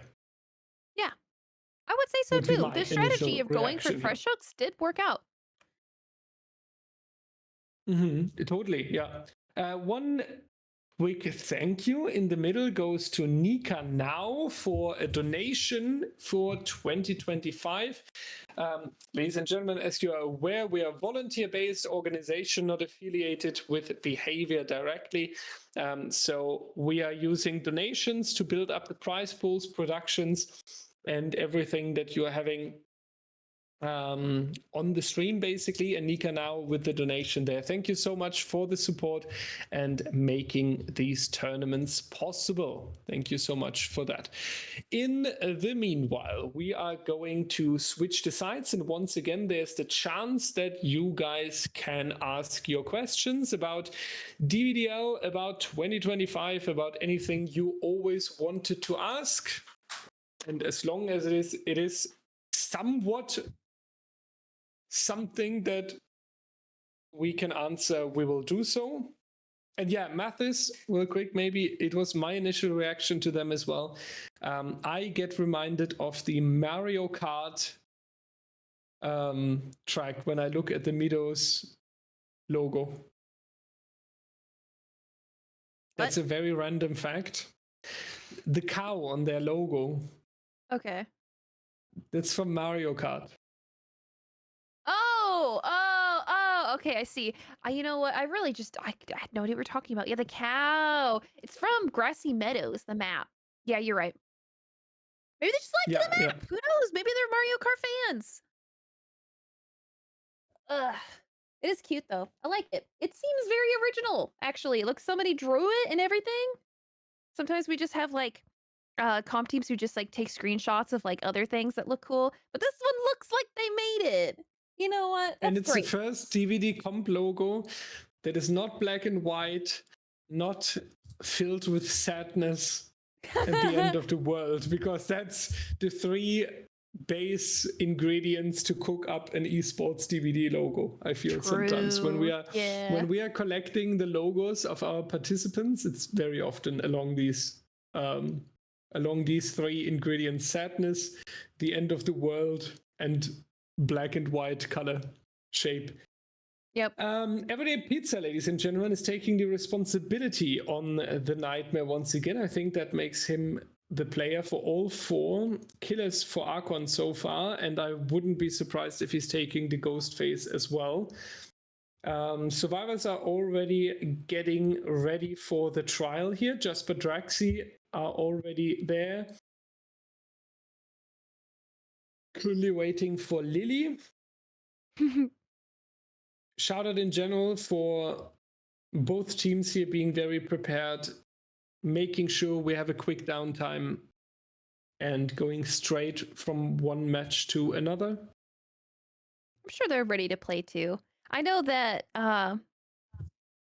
being in like DBDLeague like playing on a bigger stage for the first time is very nerve-wracking. So they're probably just already set up. Everybody's already warmed up. We already know what builds we're gonna put on, which is nothing. If you guys are joining us for the first time today, our rules are the killer has to bring corruption invention, and that's it. They can bring whatever add-ons they want, mostly because the killers here don't have like super insane add-ons except for the trapper one, but we're not gonna talk about that one. Uh and the survivors don't get to run any perks at all. So it's just sort of this raw gameplay with nothing, no second chance, no exhaustions, no nothing. So the survivors have to just use their wits, they have to use their organization, they have to use their macro gameplay style and their 1v1ing looping skills to try to win. We saw last game with Freddy, a lower tier killer. Yeah, I'm gonna be honest, he's probably one of the lowest tier killers. And I'm not saying something because we played Trapper today, but Trapper with those add-ons is incredibly good. So Freddy is just he's so hard to get good results with, especially because the map they picked is Wretched Shop, which is a very common comp map. That is a map that a lot of people know how to play really well. There's a lot of chaining tiles. There are a lot of good loops too. There's Shack, there's Main. There are jungle gyms that are next to both of those buildings. So chases there can take a long time. We did see that happen. Uh, the killer did their best in last game, but they weren't able to defeat how many god rocks that had spawned around the jungle gym that was also right next to Shack. It took them quite a long time to be able to get those downs, but the Freddy was able to claw out a very good result. I think 5 stages, 3 fresh. That is something that should be proud of. We're going to see what this killer can do against the survivor team now. It's still going to be pretty difficult, I would say, unless the survivors have some miscommunication or there's a weird snowball. I don't think we're going to be seeing something too crazy, though we have been seeing some interesting results today. So, maybe I shouldn't cast or cursed it. Maybe I should actually just shut my mouth. You should not cast a curse anyone, because 5 stages is not the easiest task to do. And this is for both sides though, because when your early game is going wrong, then 5 stages out of nowhere becomes a really big challenge on the survivor side. And on the Freddy by default, 5 stages is tricky to reach as well. So let's try to not cast a curse everyone. Hopefully we will see a very great survivor. Okay, well, I've also cast a cursing. Doesn't help. That is a very, very early tag for Pizza here, but oh no! That was a 50-50 though. That was not something that you could for sure win, but that is kind of, that's tough, man. That's tough to go down that early. Barely corrupting invention. That was like 30 seconds into the game, and this does end up starting that, what you call it? Like the hook timer, like people being up on hook. The killer in this scenario could have a plan, right? They could sit there and they could just camp this person to death and take hook trades. There is enough time left in the game where if you do that, you will eventually just beat the result of 5 stages. Even on an M1 killer, even if the survivors are super hyper efficient on generators, I do believe that it would end up being just a win for the killer if they stayed there. And even then, going and taking a tag onto Draxi out here, that is huge. That is time that survivor has to either spend healing or they're just not able to take a body block hit. Pizza's sitting in a very, very good position to just win this game, and it's not even 60 seconds into the match. Now they need to make sure that they are getting more pressure into these generators. This one definitely going to be a good start for Meadow here, but they need to make sure that the survivors are safely leaving the basement. That seems to be the case right here. Dropping the pallet there helps as well to make sure that they are having a bit more distance. But now this next and upcoming chase, you really need to make sure that you are having a long run now. You kind of already need to make a comeback. You're in a difficult position here. The Freddy had the first hook stage, and if he's able, especially tunneling out a survivor and potentially bringing you in the 3-1 scenario, that might become a very difficult task here then. So Everyday Pizza very focused on the survivor that was just in the basement on the hook and the survivor team. We even need to see some body blocks here, I believe. We need to keep the survivor alive as long as possible, and they are holding against the 2 generators already, but this is not going to be enough just by itself. We really need a perfect run. Yeah, definitely need to last a little bit longer in chase. They are finding the filler pallets that is necessary. However, we can already see that Pizza has been here and has placed a lot of pools of blood. So running through those will make you slow to make it difficult to get anywhere. And yeah, look at that. Ends up in a corner where there is absolutely nothing left. Nobody is even around. Yeah, if they were just too far away, too far to be able to get a body block hit in there. So that will be one survivor already out of the game. No, wait. No. This is Draxi. This is somebody who's a fresh hook, right? Yes. Cheryl was the one who went to basement the first time. I got them mixed up. You know, they kind of look similar. The survivors look a little similar. So that actually is not too bad of a place for the survivors to be. However, I would love to have more stages if I were them. They could be sitting on generators right here, but they had to take the time. They had to reset people. They had to make it so that Cheryl was not found immediately afterwards. And now Pizza is sort of in this scenario where they can camp, yes, but they can also pressure generators. There isn't too much progress in other gens. They're probably about halfway. Nothing that's close to popping. So he's just gonna bide his time, maybe stay around here. It's still looking like the survivors could possibly, potentially take this set, but it's not looking entirely too promising. They need to have longer chases. They can't just let that survivor die on the hook because that would keep them very, very close. Oh, yes, there we go. That is the kind of trade-off you have for camping. The survivors can just sit on gens, they pop 2, and now will we be seeing a save happening? Pizza's doing the very smart decision of just staying near the basement because forcing this person at least puts them closer to that 5-stage refresh win con. The killer last game actually had a fantastic end game and where they were able to get more than just the survivor who was sitting up on hook. So, you know, this could be very, very close. It could be that we win by either 1 or 2 stages. And that's what we love about the end game specifically, because there it's really coming into clutch who's following the survivor a little bit too long, potentially losing the pressure, who's able to make a great mind game to get the necessary stages in, and is the team sometimes also able to protect the fresh hook that would make the difference between win or losing, and are they able to sacrifice in exchange a survivor with only 1 more stage. Jasper taking the injury here though, and now there's a lot to do for the survivor team.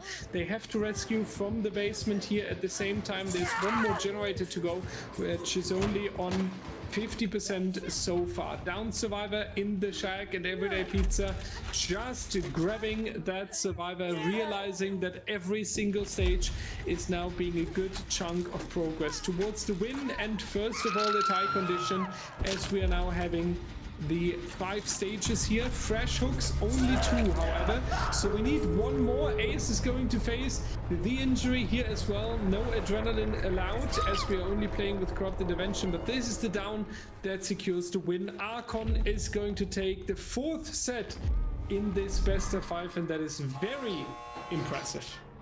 Yep. Archon has definitely been showcasing their skill as a team today. Showcasing their experience as well. It seems that they have experienced all these sort of scenarios, whether in scrims or into official matches. They have been playing very, very well today. The organization from their survivor team and their lethality from their killer definitely shining through. Meadow is doing a fantastic job as well too, because this is the first time they have played on the DBDLeague stage. They said that they have also been playing in Hens, so they do have a little bit of experience, but they are doing a good job of getting some of these stages. This game was very, very close. Their killer did a really good job of capitalizing, but it's just not enough. It's just not enough. Archon is coming out on top, but their fight has still been very, very well fought. They're doing a really good job. We have 1 more set after this as well. I don't remember what it is. It's Ghost Face. It's Ghost Face. That one has the potential to be either really good for the survivors or really bad for them. It really comes down to their map knowledge. And we could see that Archon does a really good job of knowing where all of this sort of stuff ends up being, where the safe pallets are spawning. We saw that on Midwich. They know about those sort of strats, but we'll have to see if that translates to Larry's. It's one of the maps where a lot of people tend to fall apart, mostly because it's really difficult to communicate on indoor maps. Like, you have to know exactly where your teammates are if they want to go for body block hits. You have to keep track of every single room, every single pallet, and the Ghost Face sort of has to do that as well because the game's over. The game's over. Oh no. Maybe he's trying to make it so the other teammate doesn't get picked and they're trying to have Ace pick them up instead. I'm not sure. Oh yeah. Pizza's trying to get greedy and get everybody though. I wonder if they'll be able to do it. Oh, goes fast. Oh my god, I missed. I would have gone for it too, to be fair. Medium vaults can sometimes give you some really strange looking hits. Oh, and Ace is there now. Gets the pickup. Ah, this survivor will be taking the down, and that will be it. I think these two survivors have enough distance to get out, and that will be the Cheryl taking the death for their teammate. GG. Well played to both sides. Very much so. The Freddy set was very entertaining, very great. For most of the time here, it was not decided at all who's going to take it. Archon coming out a bit stronger here, technically taking the 4-0, but Meadow getting stronger and stronger here throughout the trials. You can really see how they are gaining confidence also, and how they are trying things, but how they also start working out. One more set for today, ladies and gentlemen, experimenting with only the corrupt intervention and testing the base balance of this game. Let's find out how it's looking with the Ghost Face and how Ghost Face is performing on Larry's when only allowed a corrupt intervention. We will show you this right after a short break, and yeah, stay tuned. We'll see you in a moment, guys. Hey, welcome back, everybody! Hello, everyone! Okay, this happens when you don't discuss who's taking the intro. Oh, I knew you were going to take intro. I did that on purpose. Okay, anyway, continue. No. Okay, so we are having the first injury 10 seconds into the game, and we are trying to get the first down as quick as we can. Ghostface already on the tail of the first survivor here, Everyday Pizza once again, and that means that Archon has 5 times the same killer player. What a variety. Really, really impressive here. Let's see if Meadow is able to take the final set for today. 4-0 for Archon so far. Would be really great if they can make a change into that, but unfortunately Lily just lasting 1 minute in the chase here. Very early down, setting up for a potential pallet save. Being located though, and Everyday Pizza is confident that Zarina is not going to make it back in time, and therefore it is once again a wonderful start for Everyday Pizza, a wonderful start into this game as the killer, and I'm a little bit worried if Meadow is going to be with a good start here. Now they have to balance it out again. Yeah, and Ghostface unfortunately is a very, very snowbally killer, especially on Larry's. It's an indoor map. It's really difficult to stay organized and keep eyes on the killer. This is why Ghostface sets are super interesting to me. I know everybody loves Ghostface, knows that I love Ghostface. It's a very true test of skill for the survivors. He is a stealthy killer. It's hard to keep eyes on him, so you have to have perfect communication. You have to know where he possibly could be and then play around that. It's really difficult for survivors. It's definitely one of the sets in comp settings that survivors tend to have to practice for, and at the end of your practice your brain is fried. You are constantly communicating where the killer is. You know, Lily on the hook saying he's in basement, he's in basement.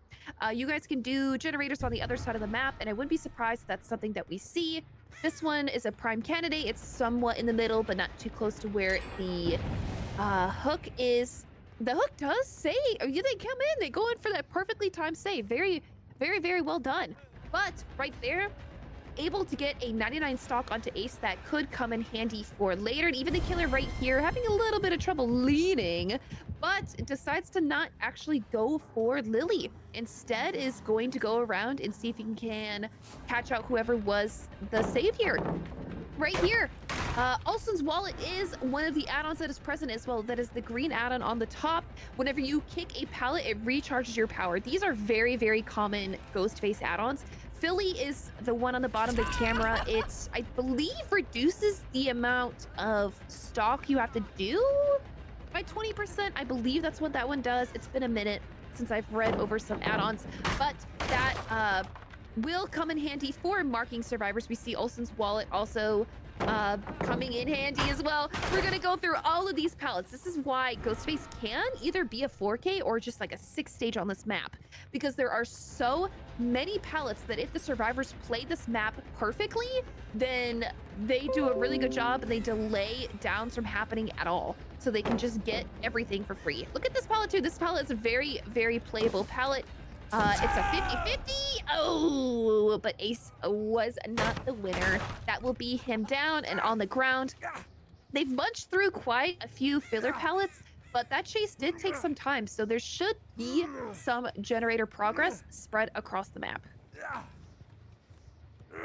Yeah, and this pressure is something that we really need now. And this is also when I'm coming to a conclusion about Team Meadow and their performance today. I feel like this early game is something that brings the problems for them, right? Because in the mid game, we have seen some pretty strong chases. We have seen some pretty strong ideas.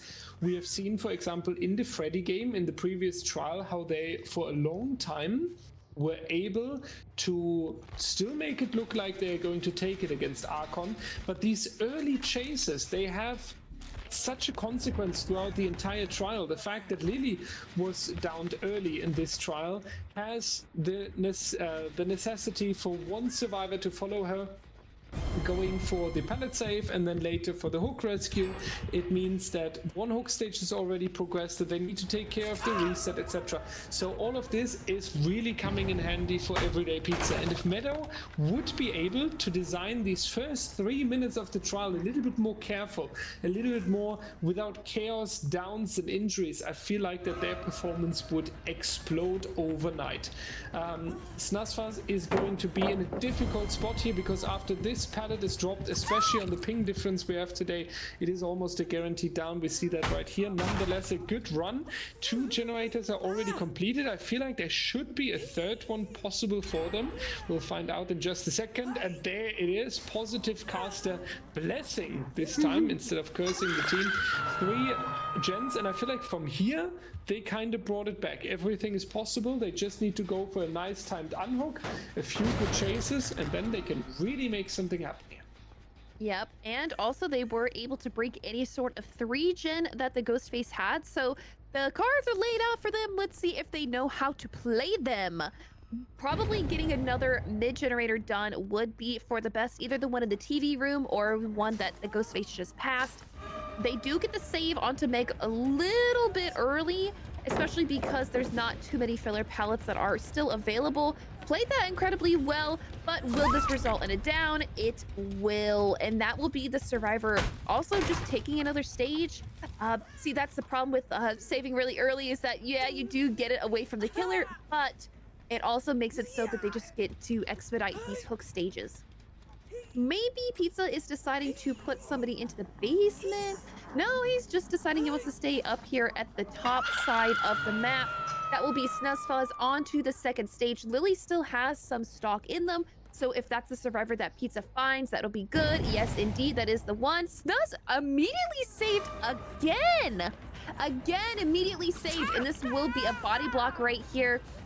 Pizza's not even gonna take it, just M1 Straxy right there, making it so if they wanted to take another body block, it'll be the down. See right there, that is the problem with saving incredibly early. Yeah, it does seem a little bit safe, but keeping the survivor up on the hook just buys time for generators to get done.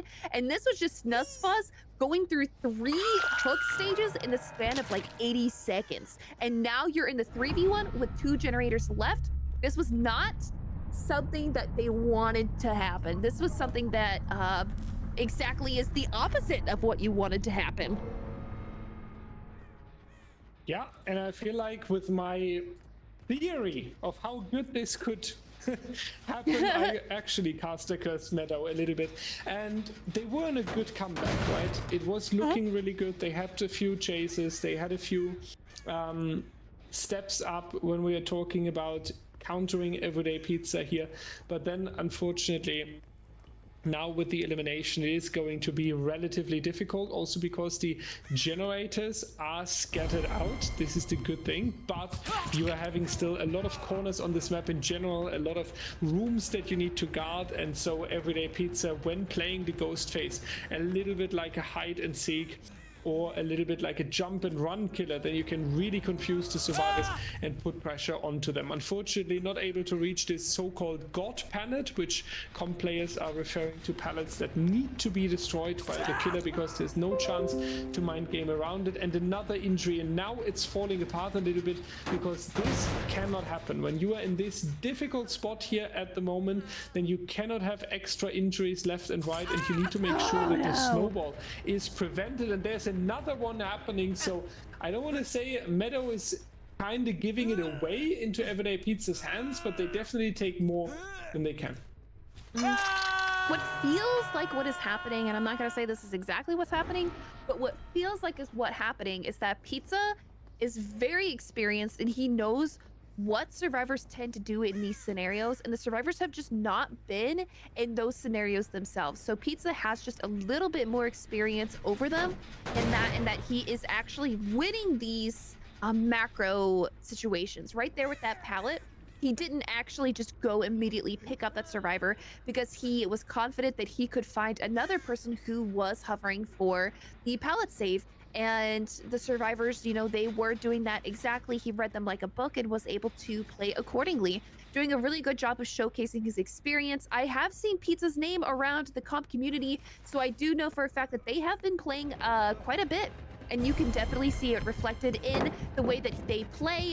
They are playing these loops very, very well. They're doing really good and nice macro decisions, and it is showing the fruits of their labor.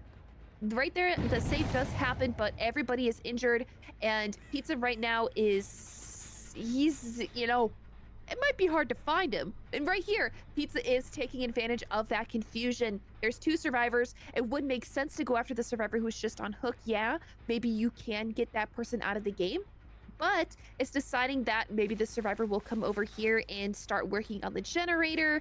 However, it doesn't seem like the survivors are exactly doing that. They might have just taken this time to regroup. Oh, except Pizza, you just reads them like a book. Bro says, oh my God, you are just the most readable open book. I don't know how that didn't hit. That looks so weird for us. Maybe a spectator thing, but geez. The ace was doing it very smart. He was waiting by that God pallet over there, so no matter where the ghost face came from, they were able to throw it and be safe, and that is exactly what happened. Now, back on the chase of Ace, the best part about this situation right here is that the survivors have eyes on the ghost face. They know exactly where they are, so the other two can either regroup and heal safely or work on gens. But here we go, now back into the classic ghost face, creating chaos, creating confusion. The survivors don't know exactly where he is, but they're going to have to play it safe from here on out because this is snowball territory. Now back towards our ace, who's around the corner here, so that's not going to be the location on Larry's where you are having a lot and good resources available. So the down is coming in relatively quickly here, back towards the main room as well. Trying to stop this generator, should be able to achieve that. 5% regression coming in automatically with the ping. The kick, why am I saying ping? The kick onto this generator. Everyday Pizza trying to scout now for the two injured survivors that are around. It's easier to track them, and surprisingly Meadow not going for the reset just yet. The rescue in priority, nice timing on it. Everyday Pizza is not able to force the trade, but maybe in the long term it is something to consider here, going and pulling away from the active generators, going for a full reset, making sure that they can take attack and a little bit of a longer chase. There's not really anything Ace can do rather than running towards the exit gates and trying to take some extra seconds from the killer here. And that was very well done, and pretty much the only option that he had before saying goodbye to the final survivor performance in Meadow. Now we have the answer out of nowhere. 2 gens are being completed. I must say, I was only expecting one of them. This is impressive.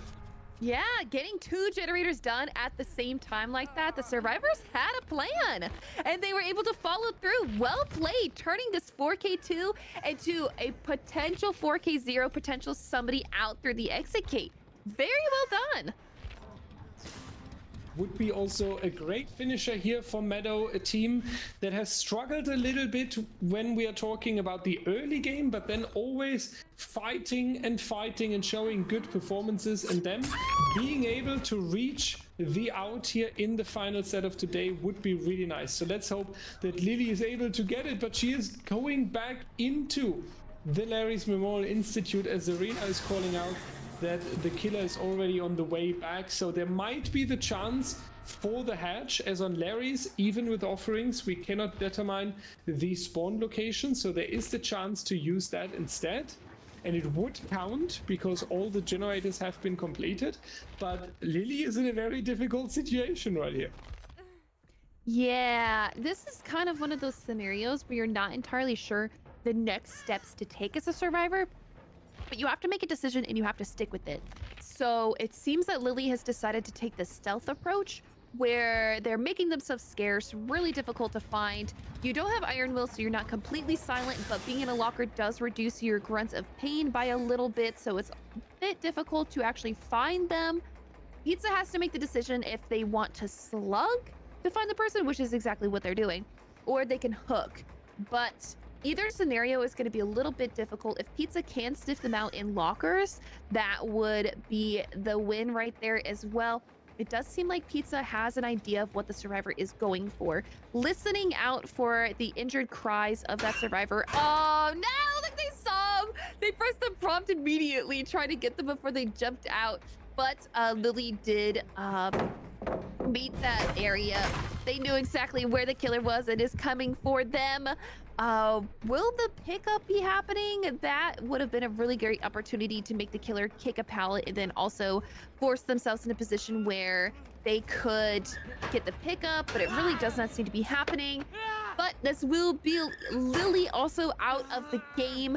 Bleed outs do reward, I believe, the remaining hook stages. That is a new change this season. So if Draxi does bleed out, that is... Oh, no, never mind. It doesn't matter. Nothing matters. It's a 4K0. Well played by the killer in that scenario. Well played by the survivors. They got all the gens done. I actually really didn't expect that.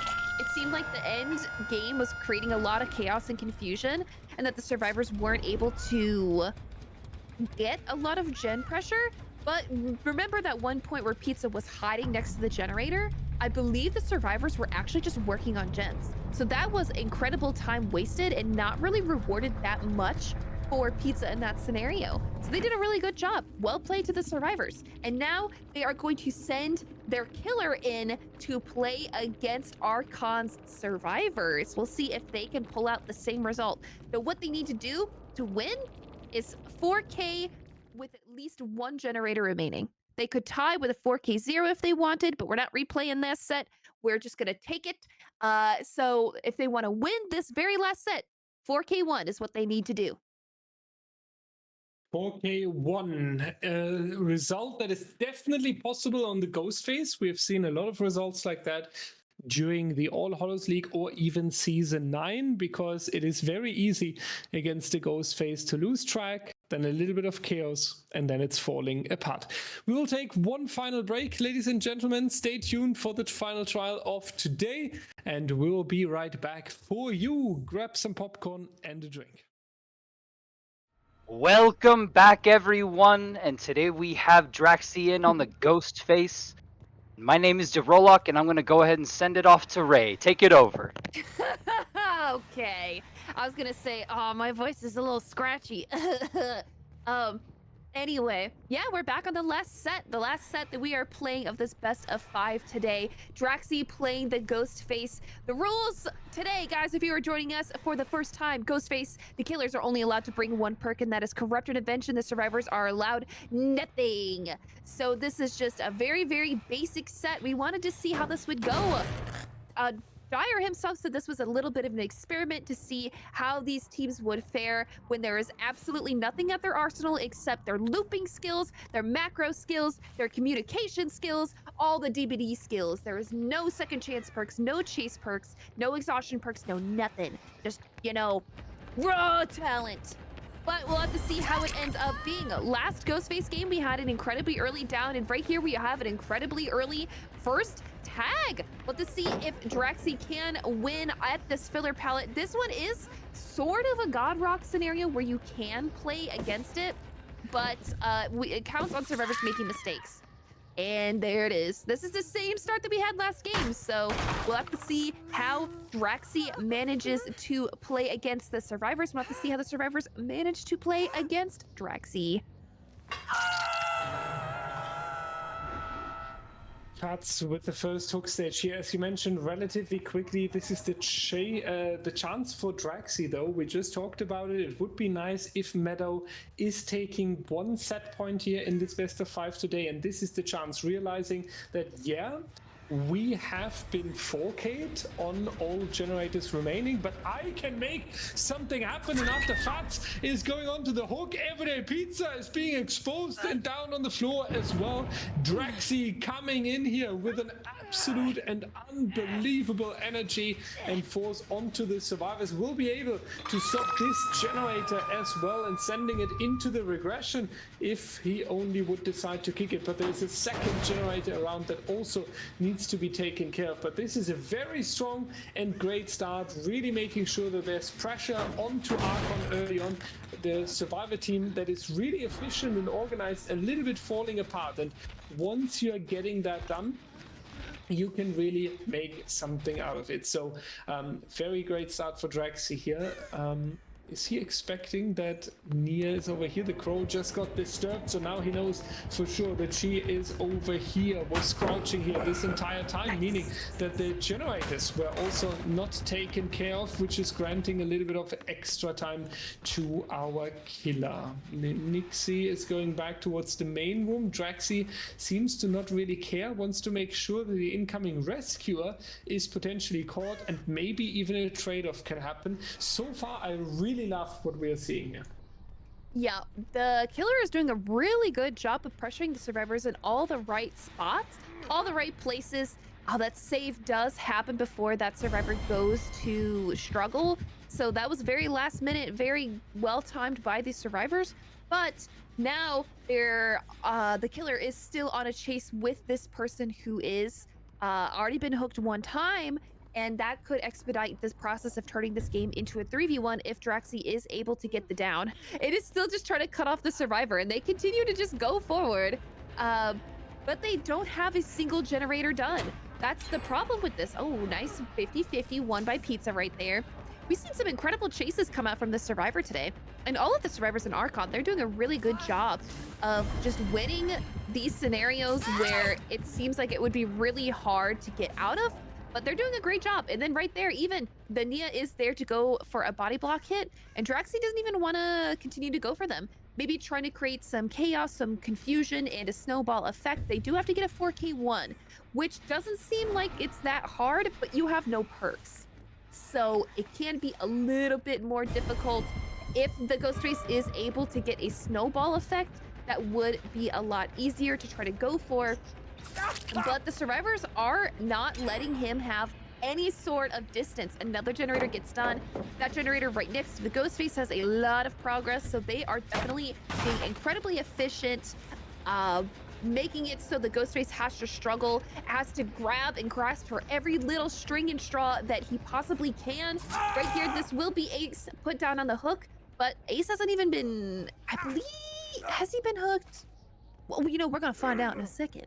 but Pizza is healed up, is a 99 stock, however. So if they are caught out of position, they could be insta-downed very, very quickly, trying to put the survivor right here onto this generator that has a lot of progress. This is an incredibly tight region if the Ghost Face decides to stay here, which could be the plan. I think the survivors have figured that out though, and they're going to try to pressure this, do a little bit of trying to make the killer get a little disorganized themselves. They can't be in all the places at once. So if the survivors play this well, they should be able to get the ace out of this place and then also complete that generator. That is probably the game plan. We can see the survivor right here is playing incredibly aggressive because they know they can. The killer has found something that they want, but they can't have both. And right there, Pizza does get 99 stocked, but the ace does get saved by the Claudette. Very well played. It seems like the survivor team has a lot of experience in a lot of different scenarios. They're playing these practically perfect, doing a really good job, making it so Draxi is stuck between a rock and a hard place. They can go for ace, they can go for Lara, they could go for Claudette, but they need to make a decision. It seems like they're having a hard time picking out what exactly they want to do, and the survivors are taking advantage. They get another generator done, but that also isn't one of the gens in that 3-gen area at the bottom of the map, so they're gonna have to try to break that as soon as possible. Ace is found, but he is on the opposite side, so that lets the survivors know that it is clear and safe to work on that gen. I wouldn't be surprised if we see it getting done any moment now. Yeah, the difficulty here for Draxi, and that's why I feel bad a little bit for him, is he had this very fantastic early game. He was putting up pressure onto the survivors. He was stopping them from finishing generators above the 50% mark and so on. And now it is this comeback that we talked about in a trial like the Baba, in a trial like the Freddy, when you are having one or two very great mid-game chases and deny the killer a needed down and a needed hook stage, you can really start a 180 turn. And this is what's happening here right now. The killer wasn't able to maintain the pressure, and that's not necessarily a mistake of the killer, because you are playing a very weak character here. The Ghost Face is not at all in the mid or high tier of the killer list. So when the survivors are not giving you mistakes to work with, it is going to be really, really difficult to make some steps for yourself. So I feel like Draxi is trying to get everything done that's possible, but the survivors really, really picked it up here. So Archon is looking forward to generator number 4 and maybe even generator number 5. We have the chance, a few injured survivors across the board here. One jump from the corner, one unexpected down can swap everything and can shake the current state of the game a little bit, but it would be needed before, and there it is. I was just about to mention it would need to happen before the reset from Team Archon is coming in, and unfortunately this was not happening. So we are actually going to see a fully reset survivor team on the side of Archon, 4 survivors that can take 2 hits each, and this is also not going to work. Mr. Next Time not allowing the stalk progress on themselves here. If Archon is playing like this and continues like this, then I would be afraid that Draxi might not find the result that he's looking for. Nope, not for sure. This is definitely a really good scenario, and the survivors have perfectly crafted it. We saw the quick reaction time of Ace there, who spotted the Ghost Face and then 1 second later was getting out of the line of sight from being stalked. So you know the survivors are keeping on a lookout for Draxi. He is stealth, and it is a little bit harder to keep track of him, but it really seems like the survivors are just communicating on point right there, not even being caught out. This will be this pallet used, and it is near generator that has progress, but it's not exactly what you're looking for, especially because the survivors are pressuring this one, which has so much progress and also is very, very close to being the 8-kick regression gen mark that you are allowed to place upon one generator. So Draxi needs to play around that. They can't just play this hit and run forever, especially because the other survivors are just working on generators. It seems like this Claudette is the designated heal girl.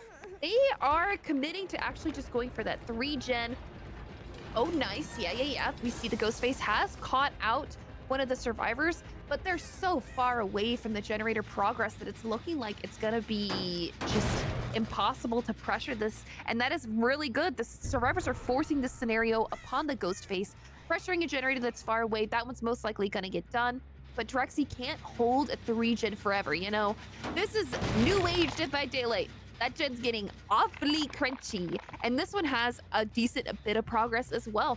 So whenever it comes down to it, they might just try to play that 3-gen. They could just be popping that generator that's far away, but they're doing a good job. Every time that they take a hit, they're running to the other side of the map, and there's somebody already there who is healing them up and putting them back into the game. This is a very, very hard to win situation here. It is definitely very hard with the 4 survivors that are still in the trial. The elimination and the impact when you are getting it successfully is unfortunately very needed on a weaker killer. And you usually really try to cut the survivor team by 1 member. Drexy here also now trying to find these survivors. Archon is playing so carefully. They want to make sure that they are 100% aware where Ghost Face is currently located before they are moving in to the generators or towards the next survivor. God pallet being reached, and that's going to be Mr. Next Time going down onto the floor here in exchange for 4th generator though. So we have a little bit of an extra progress for our survivor team. Yeah, look at that! Able to actually get that ace up into a hook that's in the middle of the 3-gen. That could be good. It could be snowball territory. The killer needs to 4K at this situation, though. This is a very, very tight 3-gen. Like, this is crazy even for Larry's.